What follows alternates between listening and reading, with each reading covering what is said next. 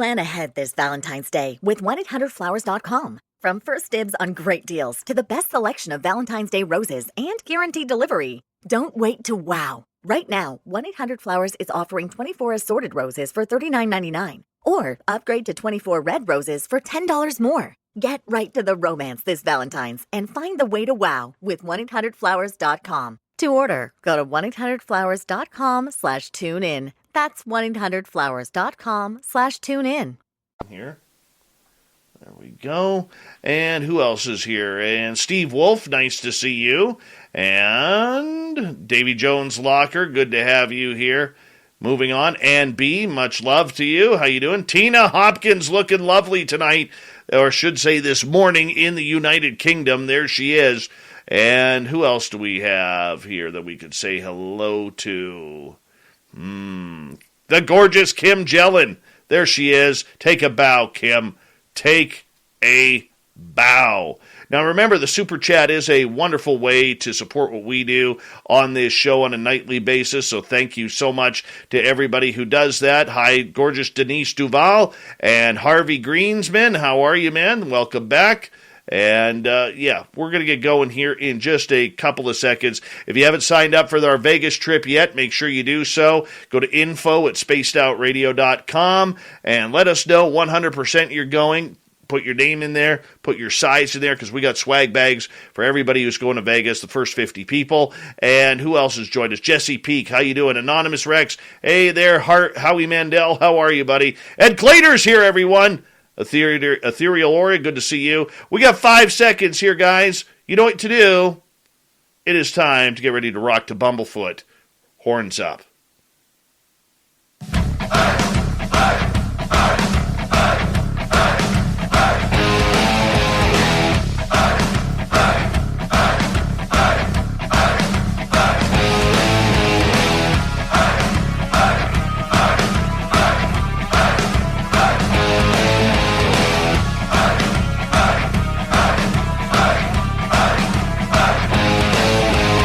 From the mountains of central British Columbia to you listening around the world, this, my friends, is Spaced Out Radio. I am your host, Dave Scott, sitting in the captain's chair of SOR headquarters.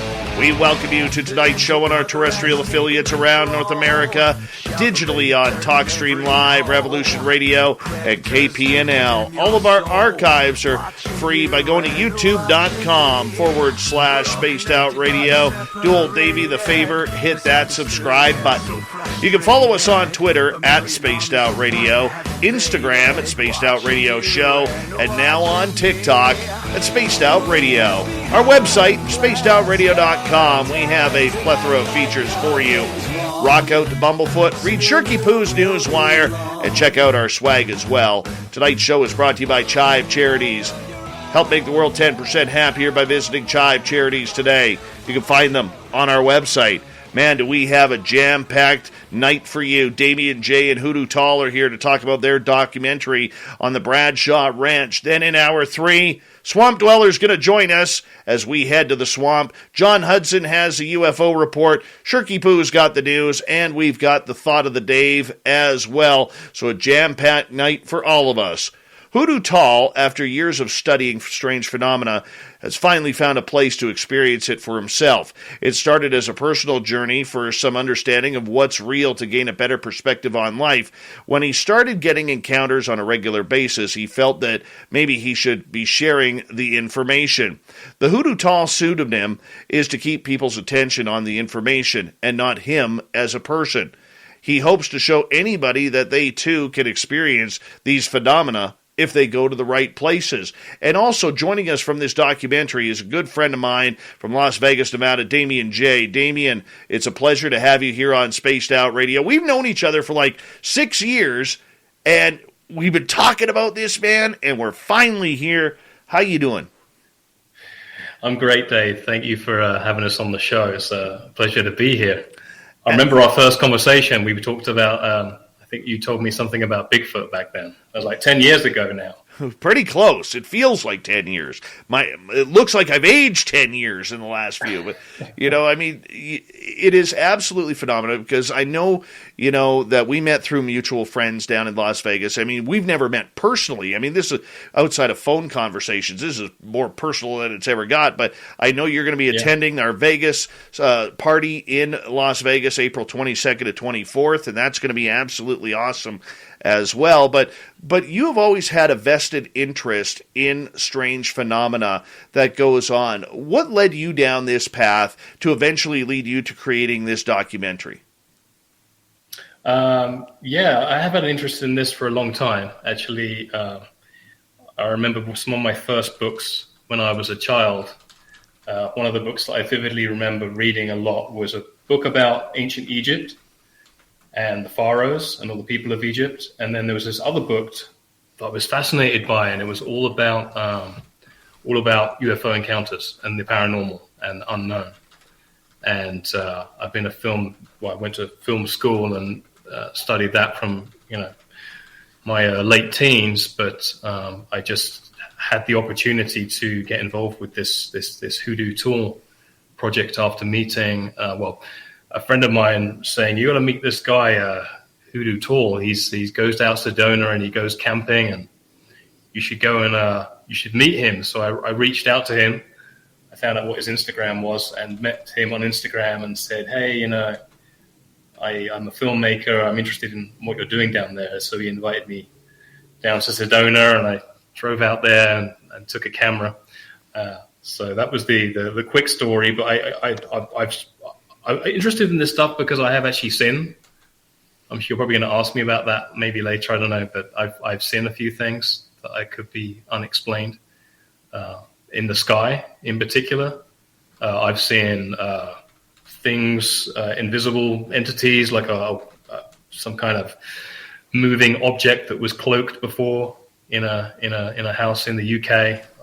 I've been in a place where there's been knockings on the walls, in a place where there was impossible to have knockings on the walls. And I've had all sorts of really weird, unexplainable, paranormal experiences, and it's just seemed like a good opportunity to help tell somebody's story. So that's how I got involved in the whole Hoodoo Tall project.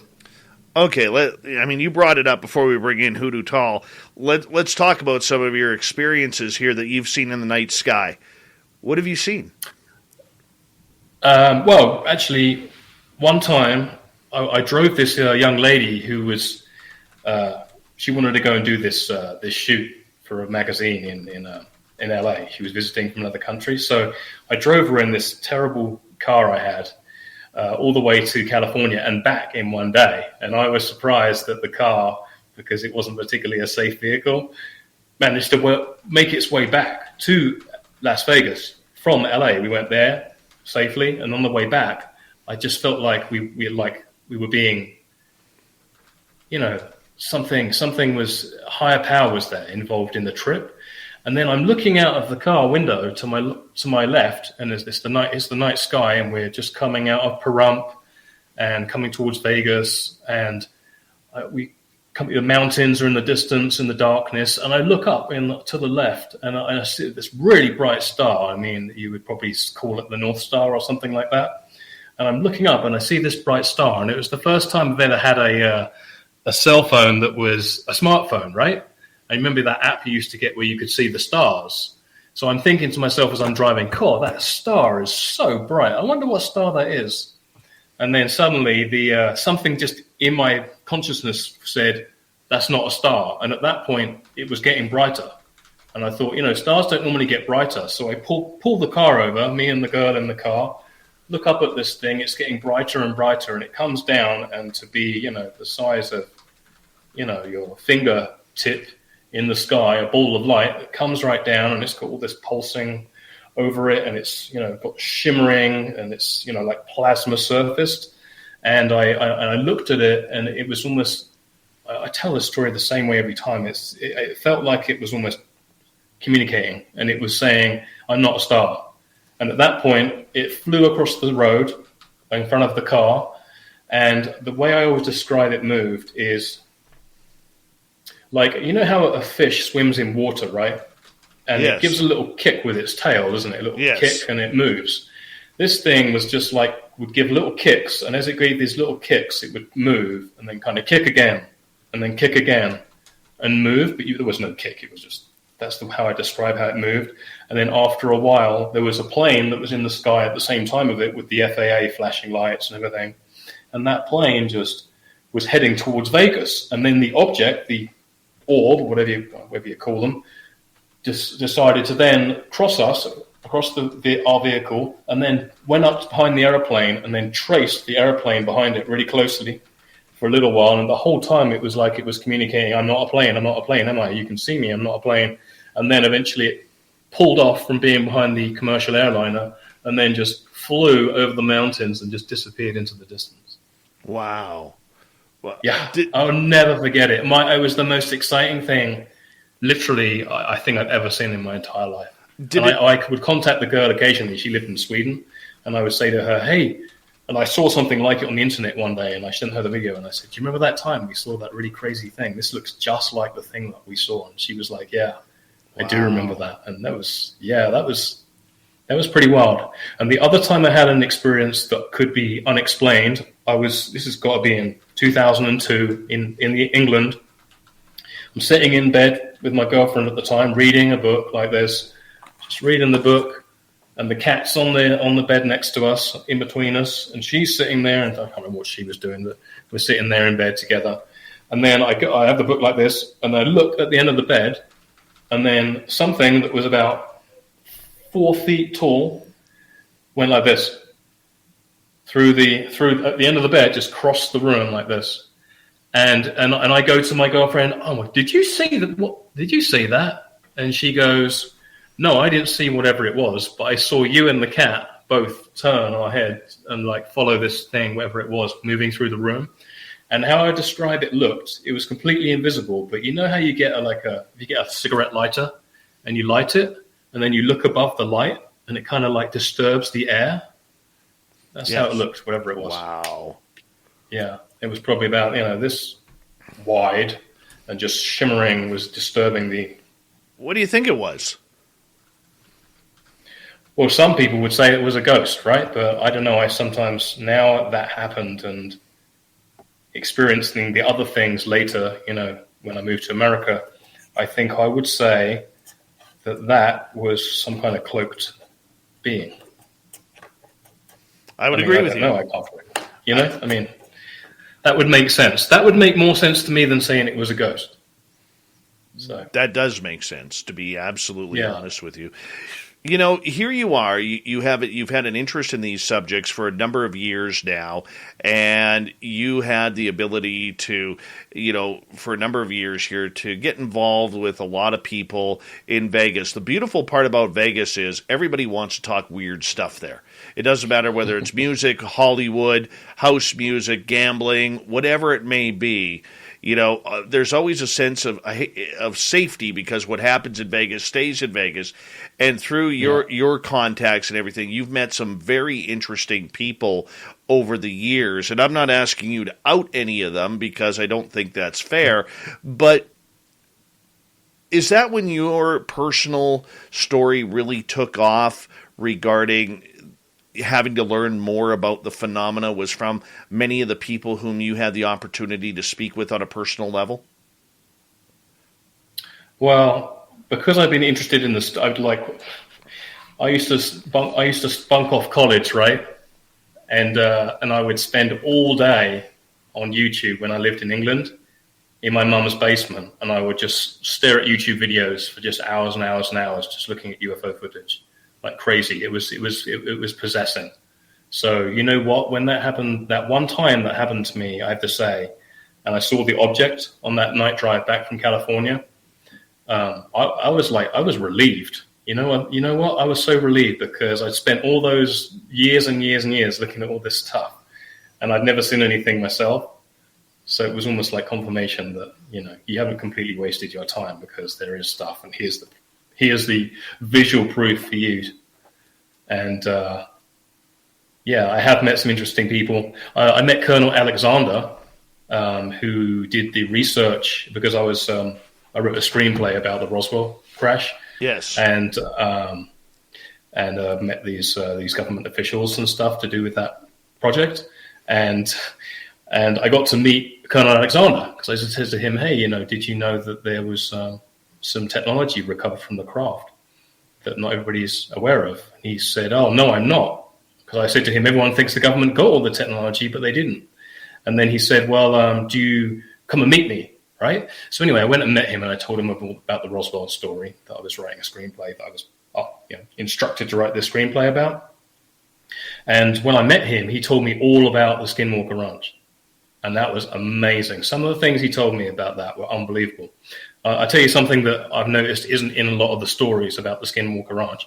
They always talk about how this team, right? They were the military people and the scientists were all on the ranch, and they set up all of these cameras doing it for Bigelow, right?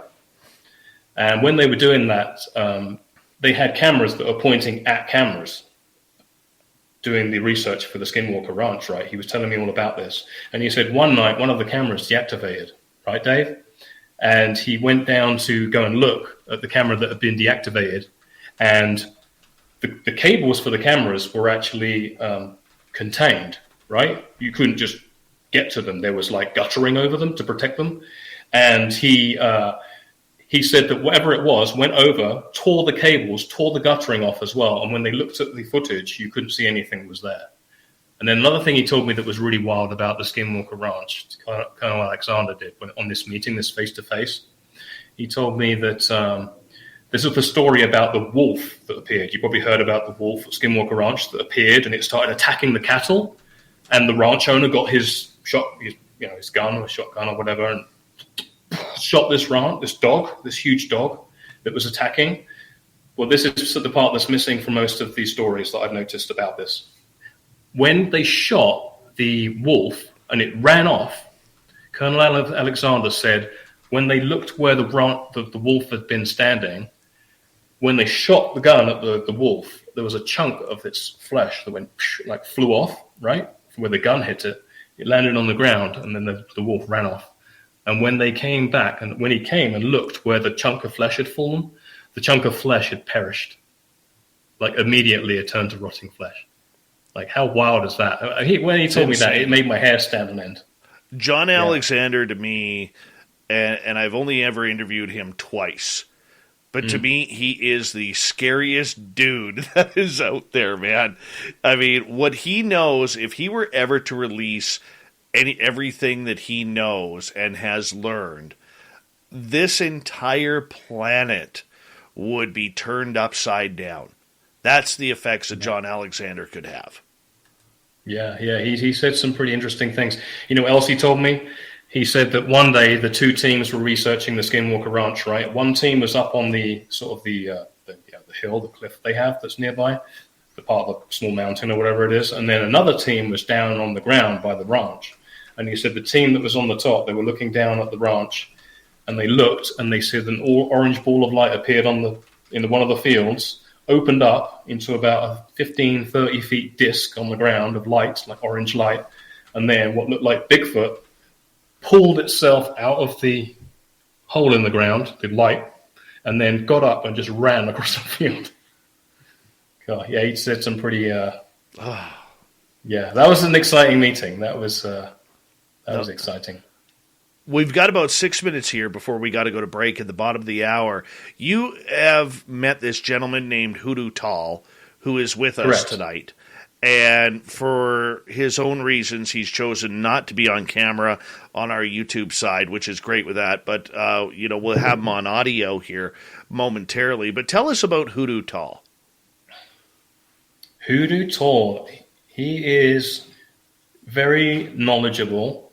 He knows he's done a lot of research. Like he used to go and hang out with John Lear and have all of these meetings with John Lear, and John Lear would share all of this information with him. I don't know how much he's going to talk about that, but I'm sure he might do if you ask him. He's like a tracker. He's like a what I would call a monster tracker. So he goes out to Sedona and he camps by this little stream, and then he finds all of these tracks. He's found like big, what looks like feet tracks from like a humanoid. He's found tracks that look like what I would call dinosaur tracks, maybe. He's found other tracks that look like something like God knows what it was. But he showed me them for himself. We were on the camping out. I mean, I'm thinking I'm going there with an open mind, right? Because I've seen a few things myself.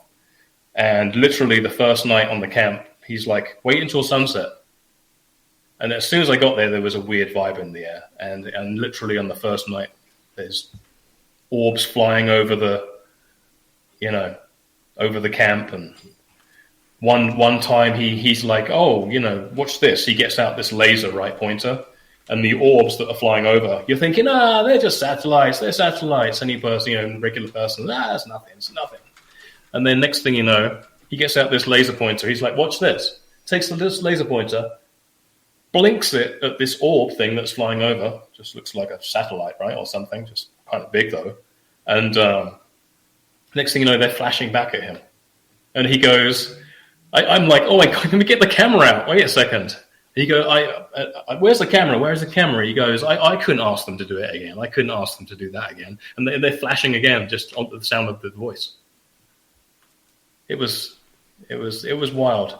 So he takes me down to the Bradshaw Ranch. We go in the daytime first, which I was glad about, to be honest, because some of the things he told me were a little frightening. And that was a wacky place. It's a lot like the Skinwalker Ranch, right? But apparently it's much friendlier. There's a lot of scary stuff that happens at the old Skinwalker Ranch, isn't there? People getting scratches and weird, radiation burns and things. So, oh, come on. He says, "Oh no, it's good. It's safe. It's safe there." What's a little radiation between friends? You know what I'm saying? Right. But getting back to Mr. Hoodoo Tall here, of course, when we go into things, and we'll bring him in after the break at the bottom of the hour here, but when we go into who he is, why do you feel compelled to get to know him? What was about his story that made you want to take this further onto film?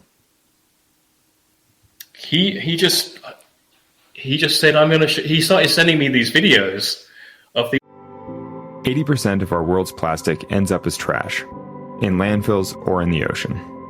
Thankfully, Miranda Wang is working on a solution to upcycle our old plastic and give it a new, useful life. Hear her amazing story on Planet Visionaries, a new podcast from Rolex and the Washington Post, hosted by me, Alex Honnold. You can find it wherever you get your podcasts. Plan ahead this Valentine's Day with 1-800-Flowers.com. From first dibs on great deals to the best selection of Valentine's Day roses and guaranteed delivery. Don't wait to wow. Right now, 1-800-Flowers is offering 24 assorted roses for $39.99. Or upgrade to 24 red roses for $10 more. Get right to the romance this Valentine's and find the way to wow with 1-800-Flowers.com. To order, go to 1-800-Flowers.com/tune-in. That's 1-800-Flowers.com/tune-in. These tracks. So he would send me videos of tracks that he was finding and send me pictures of photos of UFOs that he was taking himself on time lapse, and would just send them over to me on instant messenger. And so I looked at it all and I thought, I want to go out and see this for myself. And he says, you're going to see some stuff. I promise. Come out, bring your camera. So I just did. I just packed up a few cameras, filled my car with gas, packed a pillow and a sleeping bag, and went. I just had a good feeling about it, that I would actually end up with a story. And I followed him around for 3 days. I went out there twice. And I just had a good feeling about it, that it would be an interesting project. But it's something I was interested in anyway. And seeing as, now, like I say in the trailer, now that they even one of the heads of NASA is admitting that UFOs are real, and what's happening with the Navy and the Air Force, and they're releasing all of this stuff now, I felt like it was a good time to put a film out like this. I mean, I think 10 years ago you would get laughed out the room for this sort of stuff, but I think it's becoming more acceptable. So that's why I thought, why not? We got 90 seconds here for you, Damien. What did you learn about yourself in taking on this job, this project, and the entire process of jumping into this feet first? What did I learn about myself? Oh, I just learned that I'm just as open-minded as I thought I was, Did anything happen that you didn't expect to happen? Yes. On the last day, some pretty scary occurrence happened. Absolutely. Well, and I wasn't expecting that. Well, we got 45 seconds. Give us a tease before we go to break. Just very, very frightening sounds that I've never heard before near the camp. And as soon as I pulled out my camera and turned it on, Hoodoo Tall says, "Get your camera out." And I'm thinking, there's no way I'm going out of this tent with whatever's going on outside that tent. I am not sitting outside there. And he says, turn your camera on. So I literally turn the camera on, click it on, stops immediately. It's like they knew. And he said, I wasn't telling you to film it. I was just telling you that if you turn on your camera, whatever's happening is going to stop happening. Wow. Damien Jay is here on Spaced Out Radio tonight with his friend Hoodoo Tall. They have a new documentary about to come out on the Bradshaw Ranch down in Sedona, Arizona. When we return, we'll introduce you to Hoodoo Tall and his amazing quest to learn about the high strangeness that this planet loves to hide, only here on Spaced Out Radio. So stay tuned. We got a great show for you tonight.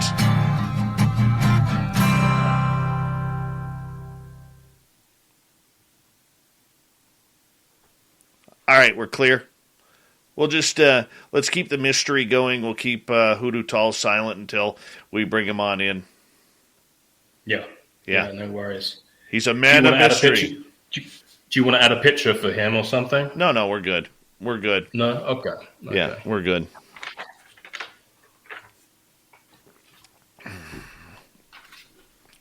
Oh, it's all good. Rich Hilke, Bim Jim, how are you? Oh, God, I got something caught in my teeth and I can't get it out. Pardon me for being rude right now, but, driving me nuts. Worse. How much time do we have? We have about 4.5 minutes. So if you want to refill the jug, if you want to empty the jug, if you want to do whatever you want to do, we got 4 minutes, 4.5. This part's not going live, is it? Yes, it is. Remember I said? Yes. Yeah. Okay. Okay. If there's something that you need to tell me, just type it out. Oh, that's the. I have the Roswell symbols with me for the Roswell movie. Oh. And I could share those maybe. I'm thinking about it. I'm supposed to be sharing them apparently and telling people what they mean, but I thought this really could be an opportunity for that. I don't know. Well, if you want to do it right now, we are live. Our audience would love to see them. Yeah, I can tell you. Yeah, well, there's this transfer at Roswell that happened, and apparently these symbols. Hold on, let me zoom in on you here.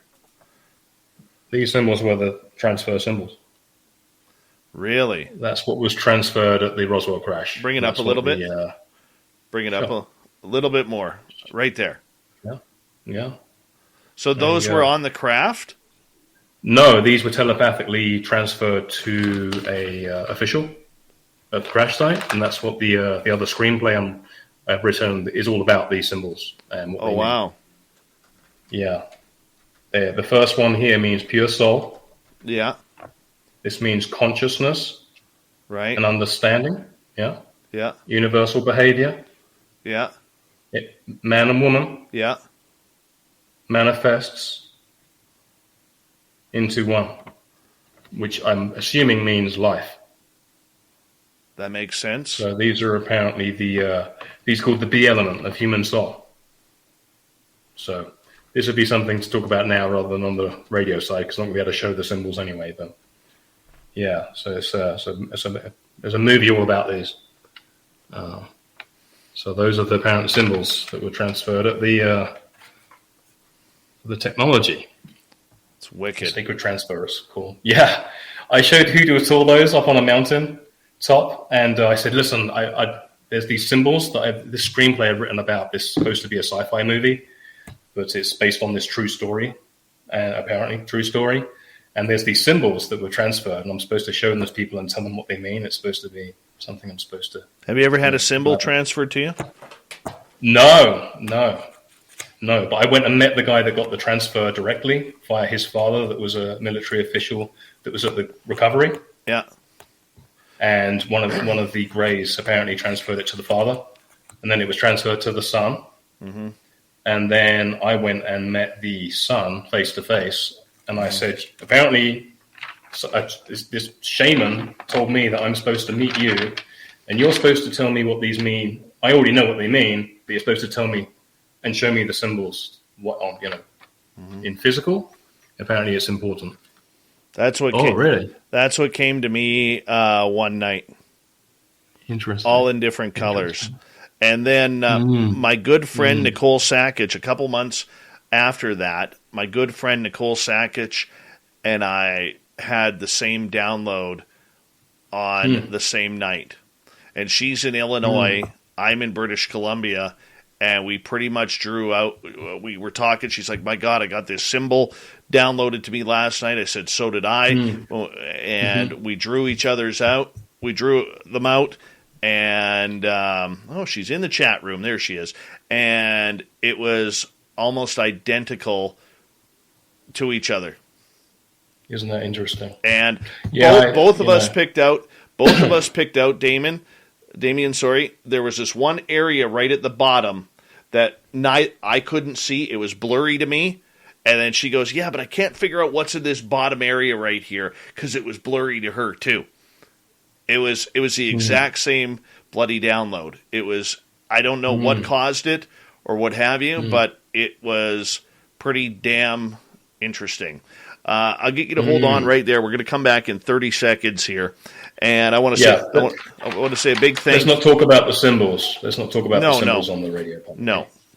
Big thank you to Rex, Tim, Apollo, and FAP for the super chats. It's a wonderful way to support this show on a nightly basis. So thank you so much. Thank you to all our new subscribers. Give us a thumbs up or thumbs down, whatever you prefer. Here we go, everyone, with the second half hour right now.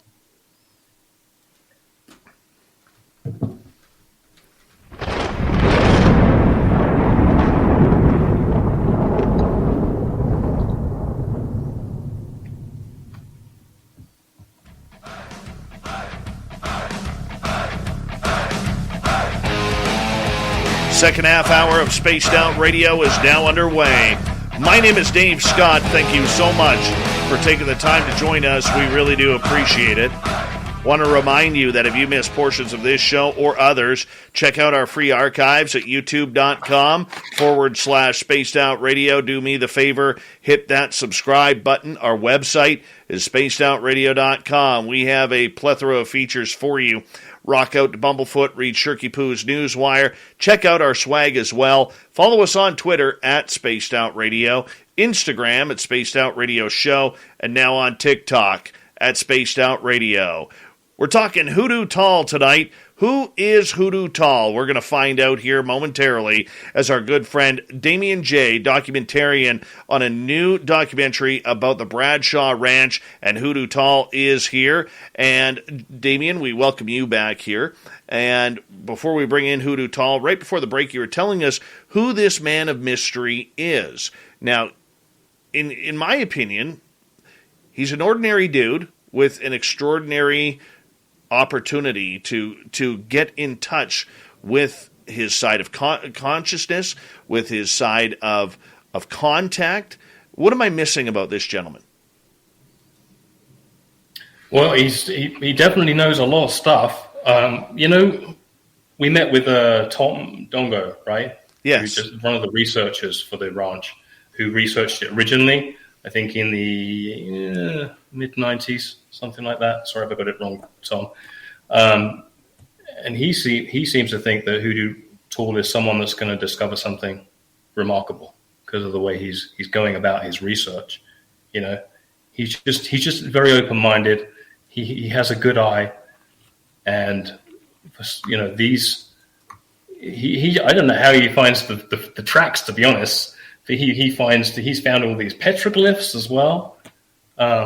that show show the Bigfoot and show the ant people and all of this stuff. He is quite a character. He was fascinating. I mean, I sat there and listened to him on I actually had to review the interview, obviously, and it was good stuff because he's interviewed in the documentary. So that's where we find out everything about him and what makes him tick. Well, let's bring him in right now. And Mr. Hoodoo Tall, I know you got your microphone on mute. We'll ask you to take it on off. Thank you for coming on Spaced Out Radio.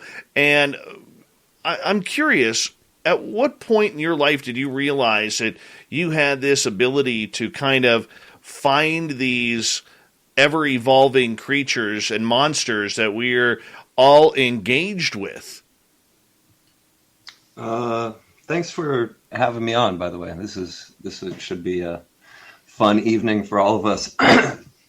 It wasn't until I started going to Sedona that I was having experiences that were physical and something I could show somebody else. I try to stay away from personal experiences I've had that you can't really explain to somebody else. A lot of people will have things like that.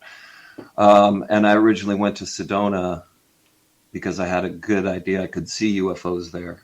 All my years of friendship with John Lear and all the stuff he's told me, I got to the point where I knew they were real, but I wanted to see one. And so I took the first step. Okay, I'm just logical. How am I going to see these things? So I went with, the first thing I could think of was the Rendlesham Forest incident. John Lear told me one day, of all the incidents of UFOs, he knew most of all that one was authentic because he had talked to guys that were on that base. And I mean, all these people weren't lying about it. So I looked up the binary code translation from the Rendlesham Forest incident. And in that translation, there's a coordinate list of places that are special on the planet. And one of the coordinates is just outside of Sedona. And so I figured, okay, I'm going to go to the closest coordinate location on this list and see if you can see UFOs there. And my first trip out there, I met with Melinda Leslie and went on her night vision tour. It was tour number 333. So it was probably like 8 years ago, maybe.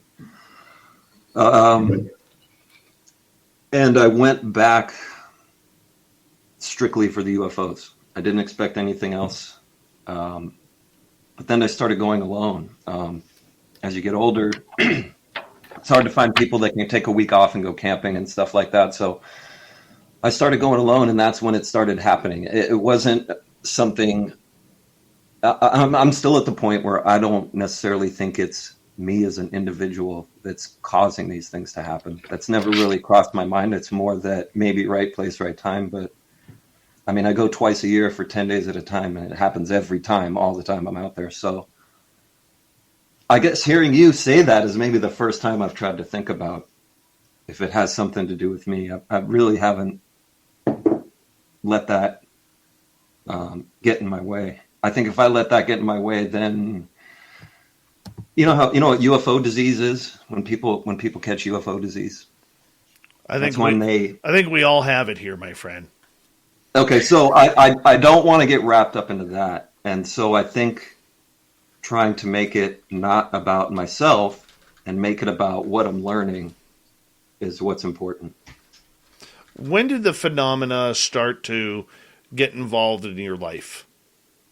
When I was 24 years old is when I had a first experience that I couldn't explain at all. I mean, I was always kind of open-minded and interested in many things, and witches, ghosts, Bigfoots, UFOs. I mean, it all was interesting to me.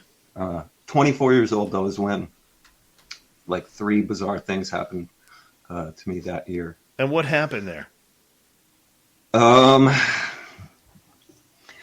It's things at night, moving around my room. I wore glasses then. I'd put my glasses in the same place every night, wake up, and they're, across the room or a different room. My pillow's gone in the other room. Just weird things like that. One night, the I woke up in like a panic, and the sheets got pulled up over my head tight to where it pulled my head back. I mean, it was just I've never tried to rationalize any of it. I just kept it as, I hope someday I can understand that. For you, as the phenomena started to mature within you, what made you decide at your own turning point that you needed to start finding some answers involved, or at least start your own research regarding the phenomena to learn more? My inability to fit in regularly and just try to be a normal person like I've always tried to do. And it just seems like that's not in the cards, you know? Like, I've just, growing up, I just thought, I'll be married by the time I'm 24, start having kids when I'm 26, and just have a family and go camping and have a job. I mean, couldn't have been more opposite than that. However, the one thing that was like through synchronicity, life was letting happen was this weird stuff. I mean, I was maybe in my late 20s when I first met John Lear in person, and right away he just took to me. I mean, right under his wing. And there was one day when John was really sick, and I called him, and he said, "Oh, are you in Vegas?" And I said, "No, I'm not. I'm going to try and come out there soon and see you." And he said, "I wish you would, because I feel the best when you're here with me." I mean, that like made me want to cry to hear some guy I used to listen to on the radio, you know, late at night as a kid, tell me something like that. And it was, to me, it was like this subject was embracing me somewhat, and it was giving me, when I was walking forward, and it kept shining more light for me to walk further down the path. So I figured, I got to the point where Bigfoot showed up more often than my first dates. So I figured maybe I'm putting my energy into the wrong things, and maybe I should call somebody up and take them out there with me and see if it's just me, or is all this really as interesting as I find it. Were you led to Sedona, Arizona? What made you go there? Strictly the coordinate list from the Rendlesham Forest. You know, it lists like the Nazca lines in Peru, the pyramids at Giza. You know, it lists important places, and then randomly Sedona. I like to camp. It was within driving distance. I knew I could do it and not have any regrets, because I could just go have a great camp trip and go swimming in the creek. If I didn't see anything, you know, no big deal, because I've never seen anything else. I've camped in 49 states. I've never seen anything bizarre until I started going to Sedona. And then even in Sedona, I know a lot of people that go there and see UFOs. Not everyone has Bigfoots following them around. But, I mean, these big creatures have followed me when I'm out hiking by myself several places around Sedona, not just at the Bradshaw Ranch, but other locations as well. So as it embraced me, I guess I felt like I should embrace it. The fact that you started having these connections with these creatures, let's stick with Sasquatch here for a second. At this point, did you feel that you were in any harm, any danger, or was it just the matter and the strength of the quest itself that you had to just follow whatever path it took? I think I was more afraid to go camping alone. I had years of just like bad anxiety and stuff, to where even when I used to love to camp, the thought of going camping alone even one night by myself seemed like a tremendous feat. I think I was more afraid of that. I was in a position where I was ready to face my fears, whatever they were in life. You know, it's like, okay, I've lived this long with these fears, and having these fears haven't gotten me anywhere. I wonder what will happen if I start to face them. My first camp trip alone is when the Bigfoot came out and started following me. And then I found a deer carcass by my campsite, where the deer, its rear leg had been broken by being twisted. I mean, I have pictures of the bone being twisted almost in half. And I didn't know what to think of it. At first, I had no idea what to think of it all. I didn't think I'd see it again, that's for sure. But sure enough, the next time I go back, you know, it's come directly through my campsite now multiple times. leaving footprints a couple times, making noises. The first trip Damien came out, we had the last night he was there was another person with this woman named Ashley, who is a hypnotherapist, and the three of us were in the tent, and we started hearing noises. Now I'm very familiar with the noises, especially in the campsite that I camp in, and you'll hear a skunk. Plan ahead this Valentine's Day with 1-800-Flowers.com. From first dibs on great deals to the best selection of Valentine's Day roses and guaranteed delivery. Don't wait to wow. Right now, 1-800-Flowers is offering 24 assorted roses for $39.99. Or upgrade to 24 red roses for $10 more. Get right to the romance this Valentine's and find the way to wow with 1-800-Flowers.com. To order, go to 1-800-Flowers.com/tune-in. That's 1-800-Flowers.com/tune-in. Are you ready for the big day? Not your big day, her big day. Valentine's Day. If not, you better rush to FTD.com to order early and save on a winning combination of flowers and gifts for Monday, February 14th. Bold blooms and gifts are the perfect way to celebrate the one who caught your heart, so go to FTD.com and save 15% through February 14th with code CRUSH15 on fresh, florist-delivered flowers when you order early. See website for details. FTD. Give with meaning. Walking 100 yards away, especially at that time of year when there's leaves all over the ground. And so we're laying in the tent, and we start to hear something big with bass to it, like grunt, and all of us are awake at this after the first grunt. The two of them are spooked. They're, what is that? What is that? I'm trying to, I knew exactly what it was, and my first instinct was, I want to calm these two people down. If they weren't there, I would have been out of my tent. And in my mind, I think of it like Chewbacca. I mean, I'm not trying to think of it as a big scary thing, because I don't know that it is. Maybe it isn't. So if they weren't there, I would have gone out. They were there and they were spooked. And so I kept trying to tell them, oh, it's just javelina pigs. Now, it didn't sound anything at all like a javelina pig. I mean, if you listen to the sound and 100 javelinas, there's no way. Not only that, but we were all laying on the ground, and the sound was coming from 8 feet up in the air, not on the ground. So we heard it the first time. A pause. Then we heard it a second time in a different location. However, we didn't hear any walking. Then a third time. The third time, Damien was standing up in the tent with a loaded pistol in his hand. And I don't blame him. This is his first. And so, and then I told him to get his camera out, because I knew these creatures seemed to be able to sense that kind of electronic device. So I told him, just get your camera out. And he was like, I'm not going out there with my camera. Are you crazy? And I said, no, get your camera out just so you record the audio of it from inside the tent. And so he was getting his camera out, and I heard it a fourth time, but the fourth time it was already across the creek. And then he turned his camera on and it was gone. Damien, what was that like? Terrifying. It's really scary. That was a scary noise, that's for sure. For people who have never been put in that situation, to be that close to grunting or something massive, it makes you feel extremely small. And that's not the biggest encounter I've had out there too.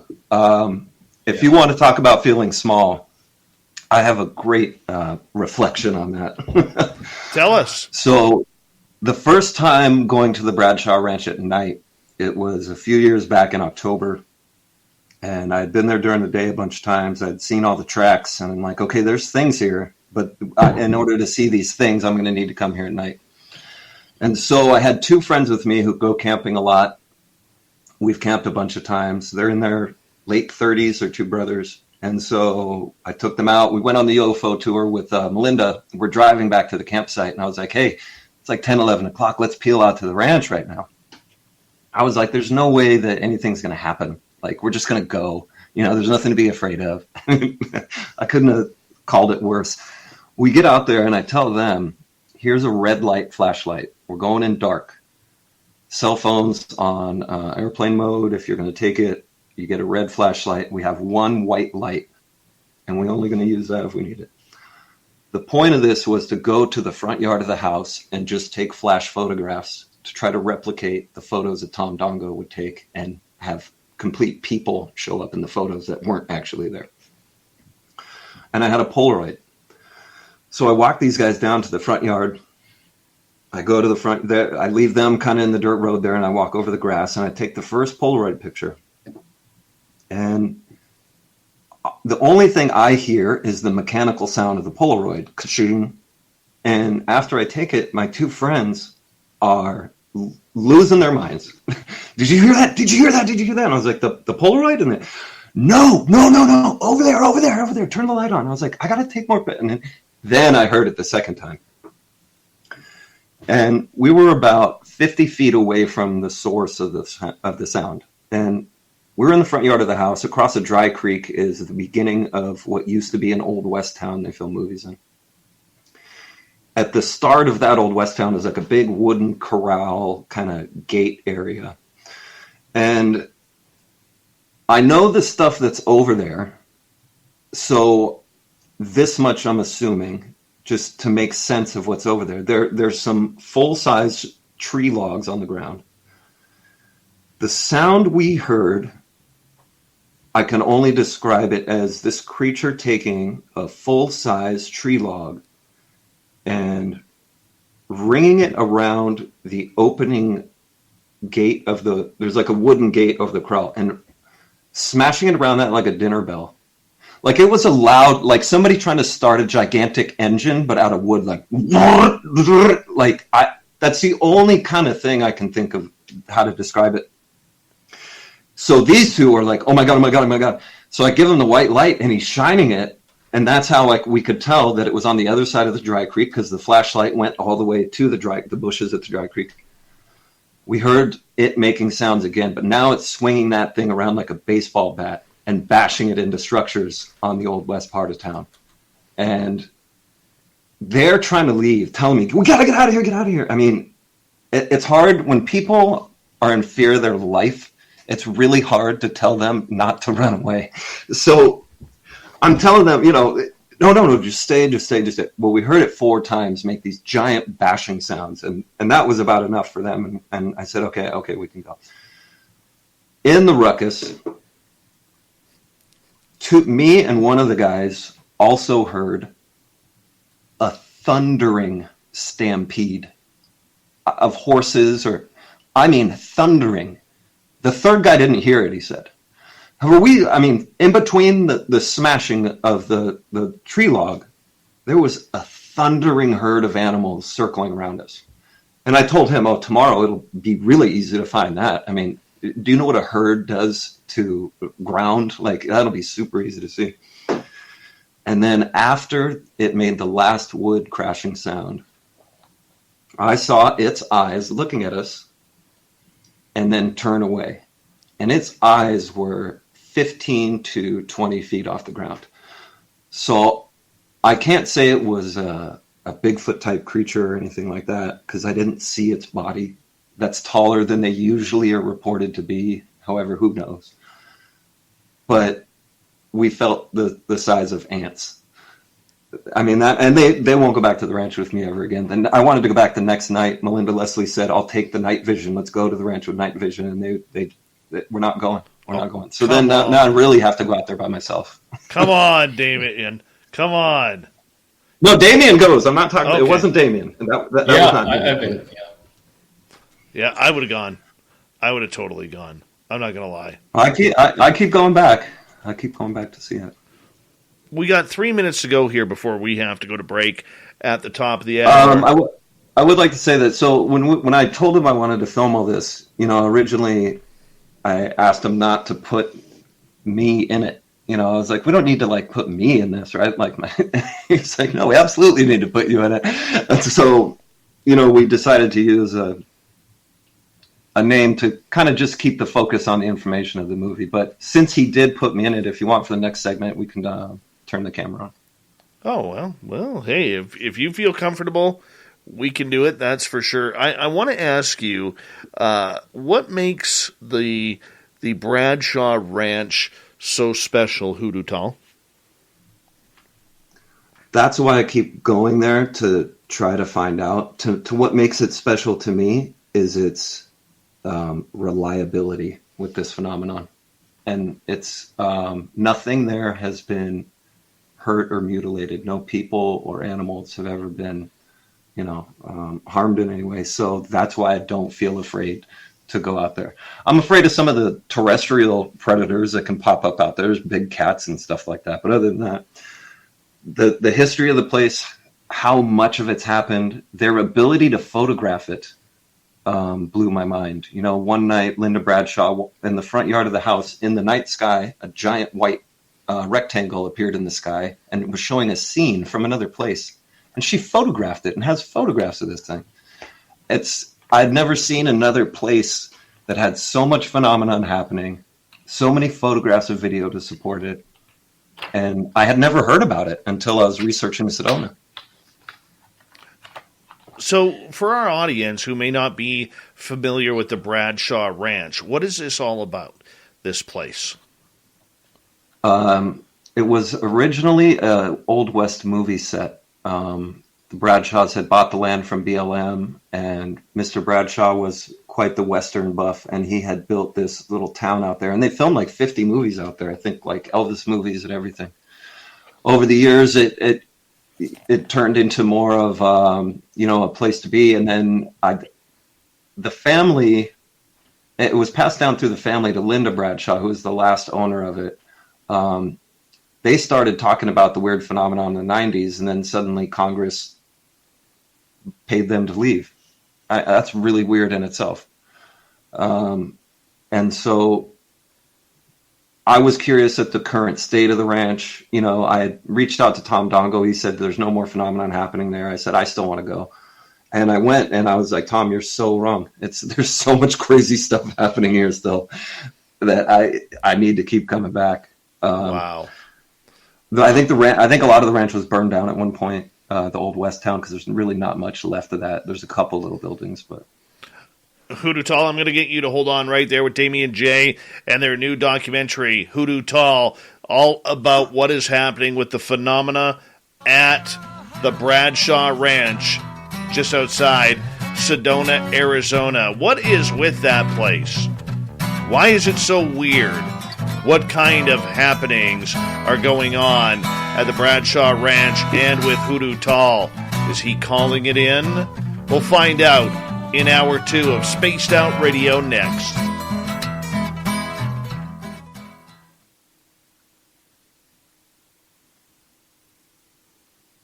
Good job, boys. Good job.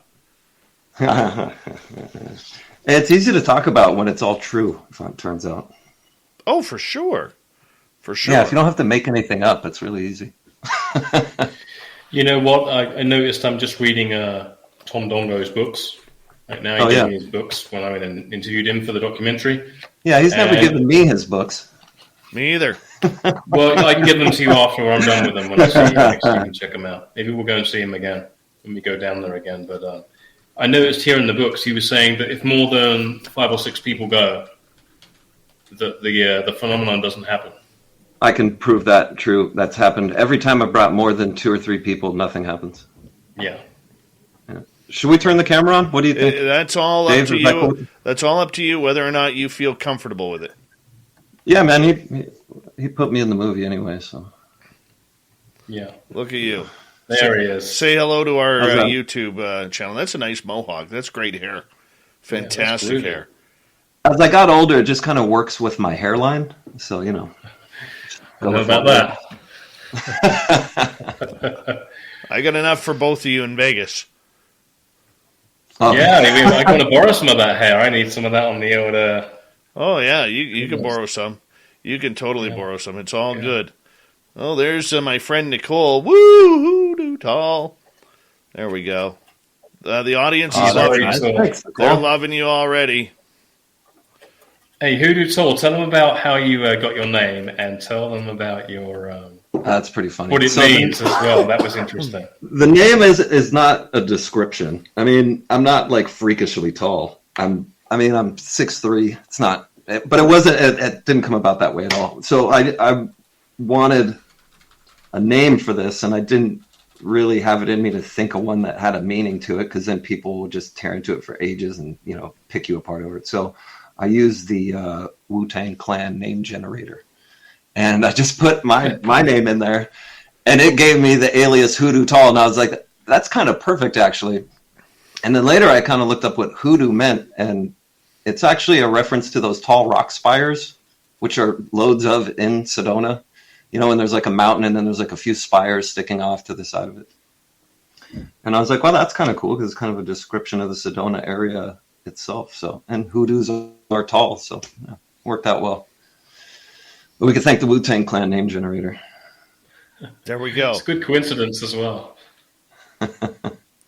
There we go. Who else? No, I had heard Post Malone used it. That's how he got his name, and Childish Gambino. 2 musicians used it to get their stage names. And I was like, it's good enough for them. It's good enough for us. Yeah. Works for me. Whatever. Yeah. Very synchronistic, seeing as we're doing a documentary that's about Sedona. Yeah, and honestly, it felt like just weird enough, but not overly creepy, It actually reminded me a bit of Indrid Cold. Yeah. Yes, our weekend crew was just talking about Indrid Cold the other day. What is their thought on his current status? I don't know. Now, if you were to ask me that, I would say that Indrid is one of two things, and I'm having a total deja vu moment here right now, which is weird. I would say Indrid is either a human who is playing this up for a long time, or B, Indrid is no longer here. I've heard he's no longer here. I never even heard of this. Now you're making me look it up on my phone. Goes back to Mothman, I think. Interesting. Yeah, you want to, Damien, read Alan Greenfield's The Secret Cipher of the UFO Knots. Yeah, that has Terry Wrist in it. Yeah. It's an interesting guy. Yeah. Cipher. There's a lot of interesting stuff about that. Interesting. Secret Cipher with the... That's this Indrid Cole? Indrid. Indrid Cole. Indrid. Yeah. Indrid. Interesting. Yeah. I'll have to check this out. He's like the bad version of Valiant Thor. Oh, really? I think that's a fair assessment. Interesting. Kind of interesting way to put it. Yeah. We got 90 seconds, guys.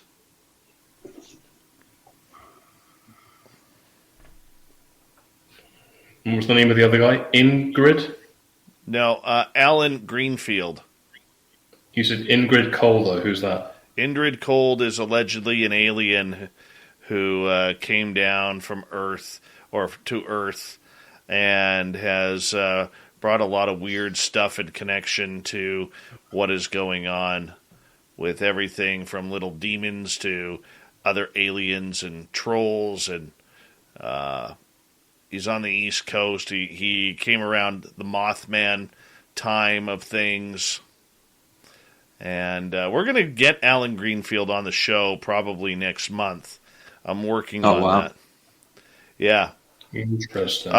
This symbol that I showed you, that happened. This came to me when Alan Greenfield's book publisher phoned me at 3:33 in the morning and has no recollection of phoning me. Wow. Yeah. 15 seconds here, guys. I'll get you to just stand by here. We're going to get going here. Thank you to all the super chatters. It's a wonderful way to support this show. And don't forget to give us a thumbs up or thumbs down. Let's do this. You're listening to Spaced Out Radio with Dave Scott. Follow Dave on Twitter @Spaced Out Radio and on Facebook, Spaced Out Radio Show. Hour number 2 of Spaced Out Radio is now underway. My name is Dave Scott. Thank you so much for taking the time to join us. We really do appreciate earning your listening ears wherever you are on this beautiful planet we call Earth. Hello to everyone listening in on our terrestrial affiliates around North America, digitally on TalkStream Live, Revolution Radio, and KPNL. All of our archives are free. Go to youtube.com/Spaced Out Radio. Just do old Davey the favor. Hit that subscribe button. The Desert Clam has set the password for tonight in the SOR Space Travelers Club. Decoitage. Decoitage is your password. Use it wisely, Space Travelers, as the Clam sets the password each and every night right here on Spaced Out Radio. Our website, spacedoutradio.com. We have a plethora of features for you. Rock out to Bumblefoot, read Shirky Poo's Newswire. Check out our swag as well. Follow us on Twitter at Spaced Out Radio, Instagram at Spaced Out Radio Show, and now on TikTok at Spaced Out Radio. We continue on tonight with Hoodoo Tall, documentary about the Bradshaw Ranch in Sedona, Arizona, and Hoodoo Tall is with us, along with the producer of the documentary, Damien Jay. Gentlemen, welcome back. Thank you. Oh, thanks.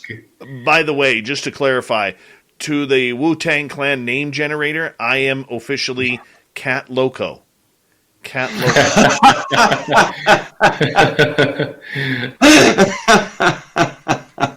Well, that's what we'll call you from now on. That's it. You're never going to live that down. That's it. That's it.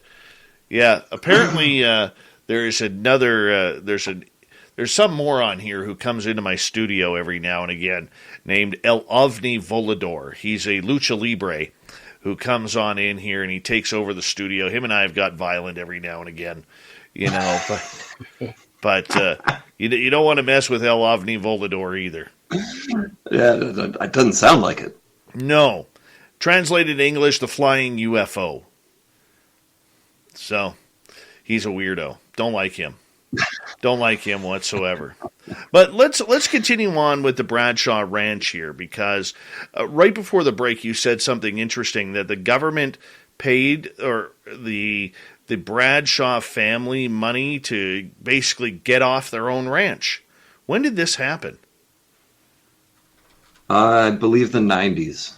And that's what the article that, I saw a photograph of said. I've even asked Tom Dongo, who's known the Bradshaws personally, and the whole thing seems like a bit of a gray area. Like, did they owe some money on it or something? But, I mean, the fact is that they were given money to leave the property. And now when you go there, there's a fence. The worst fence you've ever seen. It's just like a straight line. It doesn't go around the ranch. There's just like a fence along the road, and there's a sign that says the Bradshaw Ranch, and it's leased to the University of Arizona for agricultural study. Give your heart some love with circulation-boosting bioactives, proven to improve blood flow for better oxygen and nutrient delivery. Boost circulation from day one for better cardiovascular performance that keeps improving over time. Try CocoVia Cardio Health Supplement, available as a capsule or a powder. Visit cocovia.com today. That's COCOAVIA.com, and use coupon code CCV20 to get 20% off your order. These statements have not been evaluated by the Food and Drug Administration. This product is not intended to diagnose, treat, cure, or prevent disease.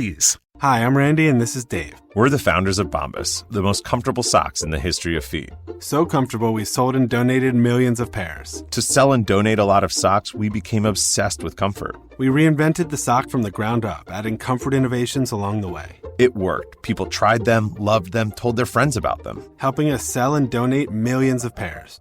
Try them now at bombas.com/comfy and get 20% off your first order. That's BOMBAS.com/comfy. Correct.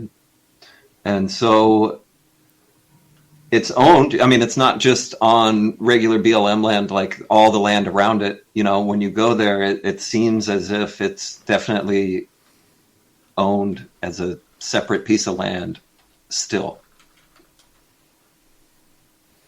Wow. So is the government doing anything there like what we see happening at Skinwalker Ranch? Nothing. The only thing I've seen happen out there is the grass in the field has been mowed like probably for fire hazard. Other than that, I haven't seen any activity. I've never even seen another person out there poking around all the times I've been out there. Even back when Tom Dongo and when Linda Bradshaw lived on the ranch, early 90s, and Tom was out there all the time with her, they were even trying to contact the people at the Gorman Ranch, the Skinwalker Ranch, and telling them, hey, this stuff is happening here too. And they just get no replies. Nobody would ever get back to them. So the efforts were just kind of wasted, and they were left on to themselves to do all the research they could do with what, cameras they had there and things like that. So they were so limited. But they did try, they tried to get some attention to the place and get some help. You have my entire chat room now going to the Wu-Tang Clan name change. Yeah. Yeah. Everybody's username is going to change now. Yeah, no kidding. No kidding. That's what we're saying. So, I mean, the idea that there is all this high strangeness happening there, I know you're friends with Melinda Leslie, much like we are on this show, and I love Melinda. And one of the things she believes is that there are these strange portals that are all around Sedona where all of this mystifying stuff can happen, from UFO sightings, that's where they enter from wherever they're coming from, to Sasquatch, to other types of creatures. What's your thoughts on that? There is, to me, you couldn't, nobody could tell me that Sedona is not a special place. It's just, it has to be. Now, to try to make it specific and for me to describe why it's special doesn't make sense. I don't have the knowledge base, I guess, to do that. I'm just a regular person who's going out and putting like boots on the ground until I can experience enough to collectively understand it from my own experiences. So there are all these vortexes out there people talk about. Linda Bradshaw on her property, if I remember correctly, saw a circular portal open up and a Bigfoot come out of it and the portal close. So the concept of portals existing around that place where all that weird stuff is happening and these things coming in and out of there makes more sense to me than these things being of terrestrial origin. They don't seem to be native here. Like the Bigfoots can walk through walls. On the ranch one night, there was a small room that was boarded up, and they heard the Bigfoot in there, and they knew it was in there, and they waited until after it was gone, and they opened up the board and they looked in, and the Bigfoot had sat on the ground, and it had taken a big jug of Fireball candies and had unscrewed the lid and sat there and eaten like hundreds of these Fireball candies. And so Tom has this photograph inside the room. He has a photograph of the crime scene of this Bigfoot. But there were no ways in and out of that room. So this creature walked through walls, sat in there, and then walked through walls again to leave. And so I don't think they're a big monkey we didn't discover yet. That, to me, that doesn't make any sense. So yeah, I think that whatever it is about Sedona. Now, I also heard that there's like a 3-mile vein of quartz crystal under the ground in Sedona. Then you have mountains that are made of iron. That's why they're red, because it's all rusty. And you have underwater, underground water, movement of water there.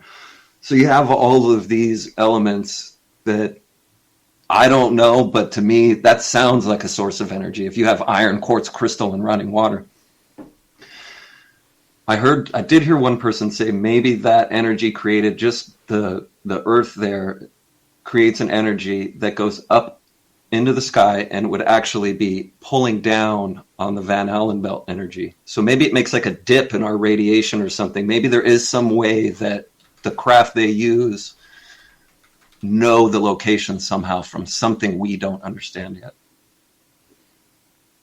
Do you believe that land is cursed, as Denise believes that natives will tell you it is cursed land there? It depends on what your definition of cursed is. I mean, that's, people say it's cursed because there's big creatures walking around it, then 100% it's cursed. But if they've never heard anything, they've never caused any damage that's lasted. Like, we heard it make damage, but the next day it's not damaged. So Yeah, if your idea of cursed is the existence of big creatures that you would be afraid of if you ran into them in the middle of the night, then 100% it's cursed. But I mean, it doesn't make me afraid of it. I mean, to me, cursed is something that has inherent evil about it. That's cursed to me. I don't feel that presence on the ranch. Okay, I want to ask you this. You mentioned earlier that a lot of this happenings starts at dusk. What makes dusk so intriguing for the elements to all of a sudden come out and play? With the UFOs, I think it is the way that the setting sun has just gone beyond the visible horizon. However, it's still reflecting light up into the sky above us. So things that don't ordinarily generate light can be reflecting sunlight, even though it's dark where we're standing. Miles and miles above us, as objects will still be hit by sunlight. So there's like a good 2 hours after dusk where things that, even craft that wouldn't ordinarily emit light, you'll still be able to see them. With the night vision, with Melinda's night vision, the worst tour I've ever been on with her, we went out with a full moon, so you couldn't really see much. The moon was so bright. We still saw like maybe 15 of them. And that was really slow 2 hours. I've been out with her for 2 hours where you see 80 to 100 of them. I mean, you see them flying by in formations. I've been on her tour. The 9th tour I went on with her was when we saw a physical object flying over our heads, a physical craft. And you could see it when you had the night vision goggles on. You could see the craft fly over your head, and you could see that it was bending light around it, like the movie Predators, like how its armor bends light around it. This craft was doing that. Now, when you took the night vision down, it was completely invisible. You could see the stars behind it. It looked like there was absolutely nothing above your head. But if you hit it with a laser pointer, it reflected like a metallic object that you can't see. And it was mind-boggling to sit there and do that. And that craft came over our head probably 7 or 8 times when we were out there. It was one of the craziest. That's why I encourage people to go on our tour. And don't go once. Just make it a thing you do, for a vacation every year. If you're really into UFOs, go to Sedona and go out with Melinda, and you will see them. Now, Damien, when you started getting involved with Hoodoo Tall regarding this phenomena and everything, I know you're a believer. I know that you are someone who is very engaged with the subject matter, but did you think it was this real?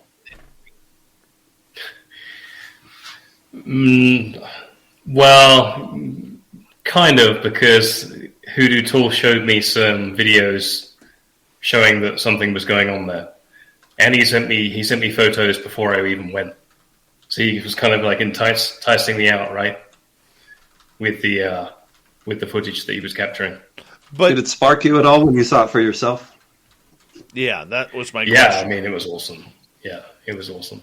So for somebody like you to have your eyes opened to this phenomena happening all around you, I mean, you've never put yourself in that type of situation before.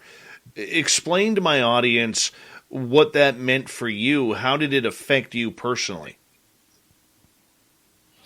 Well, I mean, I'd already seen sort of UFOs before, but it was just more clarification that there's something going on that we can't explain on this planet. So it was just more proof to me, visual proof that something's going on that I can't explain. How do you set up your cameras to make sure that you're catching things? Did you have cameras outside the tents running at night? Did you have your cameras pointed to the sky in case something flew by or landed? I use a special camera is very, very good at shooting in low light. So, and it has a lens that can open up real wide to let in lots of light. So we can shoot like when there's almost no light and it's still capturing things going on in the sky. And in fact, one of the times we went to the ranch, we were really lucky. Hoodoo Tall has special something that he puts on, and we go to the ranch, and it was moonlight, and it looked like it was daytime. That's how powerful these cameras are. Oh, I'll tell him about it. I'll tell him about that special item because it's super nerdy. So I've been going to the ranch by myself, and I wanted to set up a gift exchange with the Bigfoots, or at least try to. So I wanted to set up that exchange in the farthest structure on the property, the one farthest away from everything. And so I knew that to do that, I was going to have to cross this big grassy field. And so I was thinking, all right, it's going to be summertime. Now, I haven't seen any snakes on the ranch, but walking through a big grass field in the middle of summertime, I probably need, the smart move would be to have some protection on my legs, because that's probably where snakes would be. And so we're in quarantine and everything, and, I like to make stuff. And so I went and bought some real thick leather. It's like bison shoulder. And I made these these leg protectors out of it. After I made the leg protectors, I was still in quarantine. I still had all this leather. So I said, well, I'm out there at night. I've seen like mountain lion tracks and stuff like that. Maybe I'll just make myself like a whole suit. So I made this leather suit of armor to wear when I'm out there, and especially at night alone. I mean, there are things that can come and pounce on you in the middle of the night. So I at least wanted to give myself like a layer of protection between me and any terrestrial thing that could be out there. So I got to show Damien the suit and stuff like that. And then I actually have a white wolf head that I made that attaches to the back, because cats like to attack you from the back. So I figured I'd need something on the back to make it look like there were eyes back there. That came out kind of cool, though. Yeah, it's fun to wear. I get to pretend I'm the Witcher. In our area, when we're out in the wilderness, we have to watch out for the cats up in the trees. Oh, yeah. Yeah, because absolutely. They pounce down on you. And so you're telling me I need to make a helmet now? Well, a helmet, yeah. a helmet with horns or spikes or something. Yeah, that'll protect you. While you guys were out there, how many days were you filming out there? I make 10-day trips, but we were filming for like 3.5 days. Honestly, my original thought was just, hey, come out and we'll just over time collect footage if anything happens, and maybe in a couple years' time we'll have something to show. And after 3 days, we're like, man, we don't need any more than this. This is already too much footage. So we need to start working on this project, because the place. We can only show you so many minutes of lights in the sky. We don't want to have an hour of you looking at little lights in the sky. I mean, it's worth showing to an extent. Showing a satellite tracker, showing you that there's nothing in the sky there, but showing a light in the sky where there's not supposed to be, something like that. But we don't want it to be a movie about orbs. We want it to be a little bit more than that. And Sedona provides a bigger story. There's petroglyphs that I showed Damien that go back 10,000 years. And we say that because there's a saber-toothed cat. So, they're old. They're really old drawings. And there's a drawing of a Bigfoot there, too. They drew the creature, and they drew its foot next to it. And then there's another site that just, maybe 100 yards away that has a carving of the footprint on the ground. And that's the place where I had my first encounter with the creature. So that means this creature's been going through that one particular area for 10,000 years. There's drawings that old of it, and I encountered it there, so I don't know what else to say than it's been going through there for a really long time. I want to ask you, because this intrigues me. In the cryptid world, we're getting more and more reports of so-called dinosaurs, little Tyrannosaurus rexes, little raptor-like beings, and yet in your search for footprints, you have found dinosaur-like prints, and we're not talking prints that are millions of years old here. We're talking fresh prints. Explain this to us.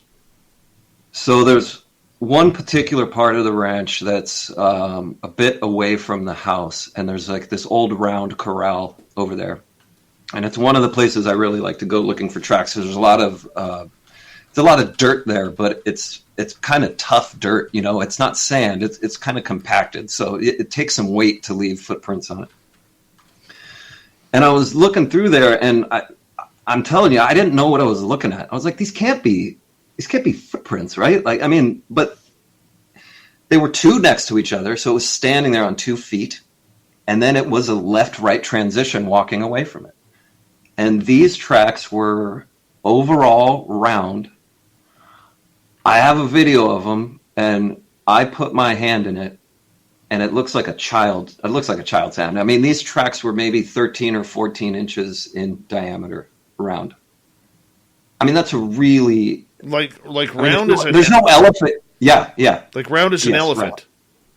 Yeah, round as an elephant. Yeah. And then other tracks that were new to me, but Damien and the camera were there, but I had never seen these on the ranch before, and it looked like a 3-toed raptor foot with the middle toe missing. Like there were only 2 toes, but there was a significant gap between them, and the gap was the size of the toes. So proportion-wise, it could have been a missing toe in the middle. However, it left 2 tracks in soft sand where it kind of buried its foot in the sand. And, I mean, you can see the compressed dirt in the shape of this thing's nail. I mean, this thing had nails and reptile-type foot. I don't know how else to describe it. It was new to me. It was fun for me because like all of a sudden you're like, you know, you're used to finding a certain type of thing, and then all of a sudden there's something brand new, and you're like, wow, this place keeps giving. Damien, did you get an opportunity to see those footprints? Yes, I did. I pointed the camera at them, and I saw them myself. He showed me a video of the day before, I think it was. And we went back to see them, and they were still there. Well, not only that, so the day before, I only had found one of those tracks. And then when I went back with him, we found more of them around, on the other side of the kind of where the dirt was. So then now I really know it's footprints. You know, finding one is something. But when you find multiple of them, now you're talking feet moving around and something walking. It's not an anomalous mark on the ground. Right. And pardon my ignorance, gentlemen, but you are qualified enough, Hoodoo Tall, to know the difference between a footprint that is relatively fresh compared to something that's maybe stayed in the ground for a few thousand years. These tracks the dinosaur tracks when I found them were probably like a week old because there were raindrops on them, and it hadn't rained for a couple days since when I was there. Yeah, 100%. It's the ground they're on. I mean, these are on soft ground. These were just made. These are something new. There are a set of tracks up on the Bradshaw Hill that I found that might be there for years to come because the ground up there is red dirt full of like rocks, maybe like the size of like a silver dollar, you know, like a couple inches. And it's completely peppered with these rocks. Well, something walked through there, and when it walked through, it pushed the rocks down because it was so heavy. And then over the next couple weeks or whatever, those holes filled in with silt. So by the time I found them, it's these big open patches, and you dig down, the rocks have been pushed down. Hoodoo Tall, Damien Jay, Hoodoo Tall documentary on the high strangeness of the Bradshaw Ranch in Sedona, Arizona. Oh, this one's making us all want to travel to northern Arizona right now, isn't it? Spaced Out Radio continues right after this.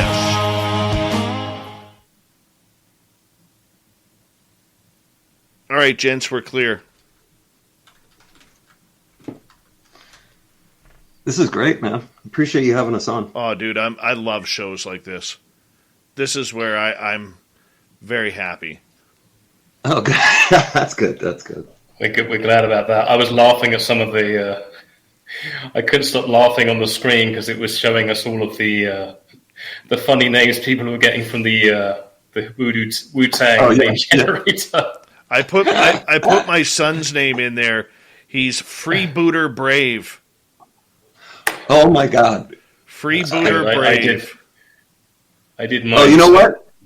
I put Tom Dongo's name in there, and it was Commander Phantom. I was like, "Oh, Tom, you got to use that, bro! Commander Phantom, that's so cool." We'll have to tell him about that one. I think he'll get. I sent it to him. Yeah. So mine was Prophet Fearless.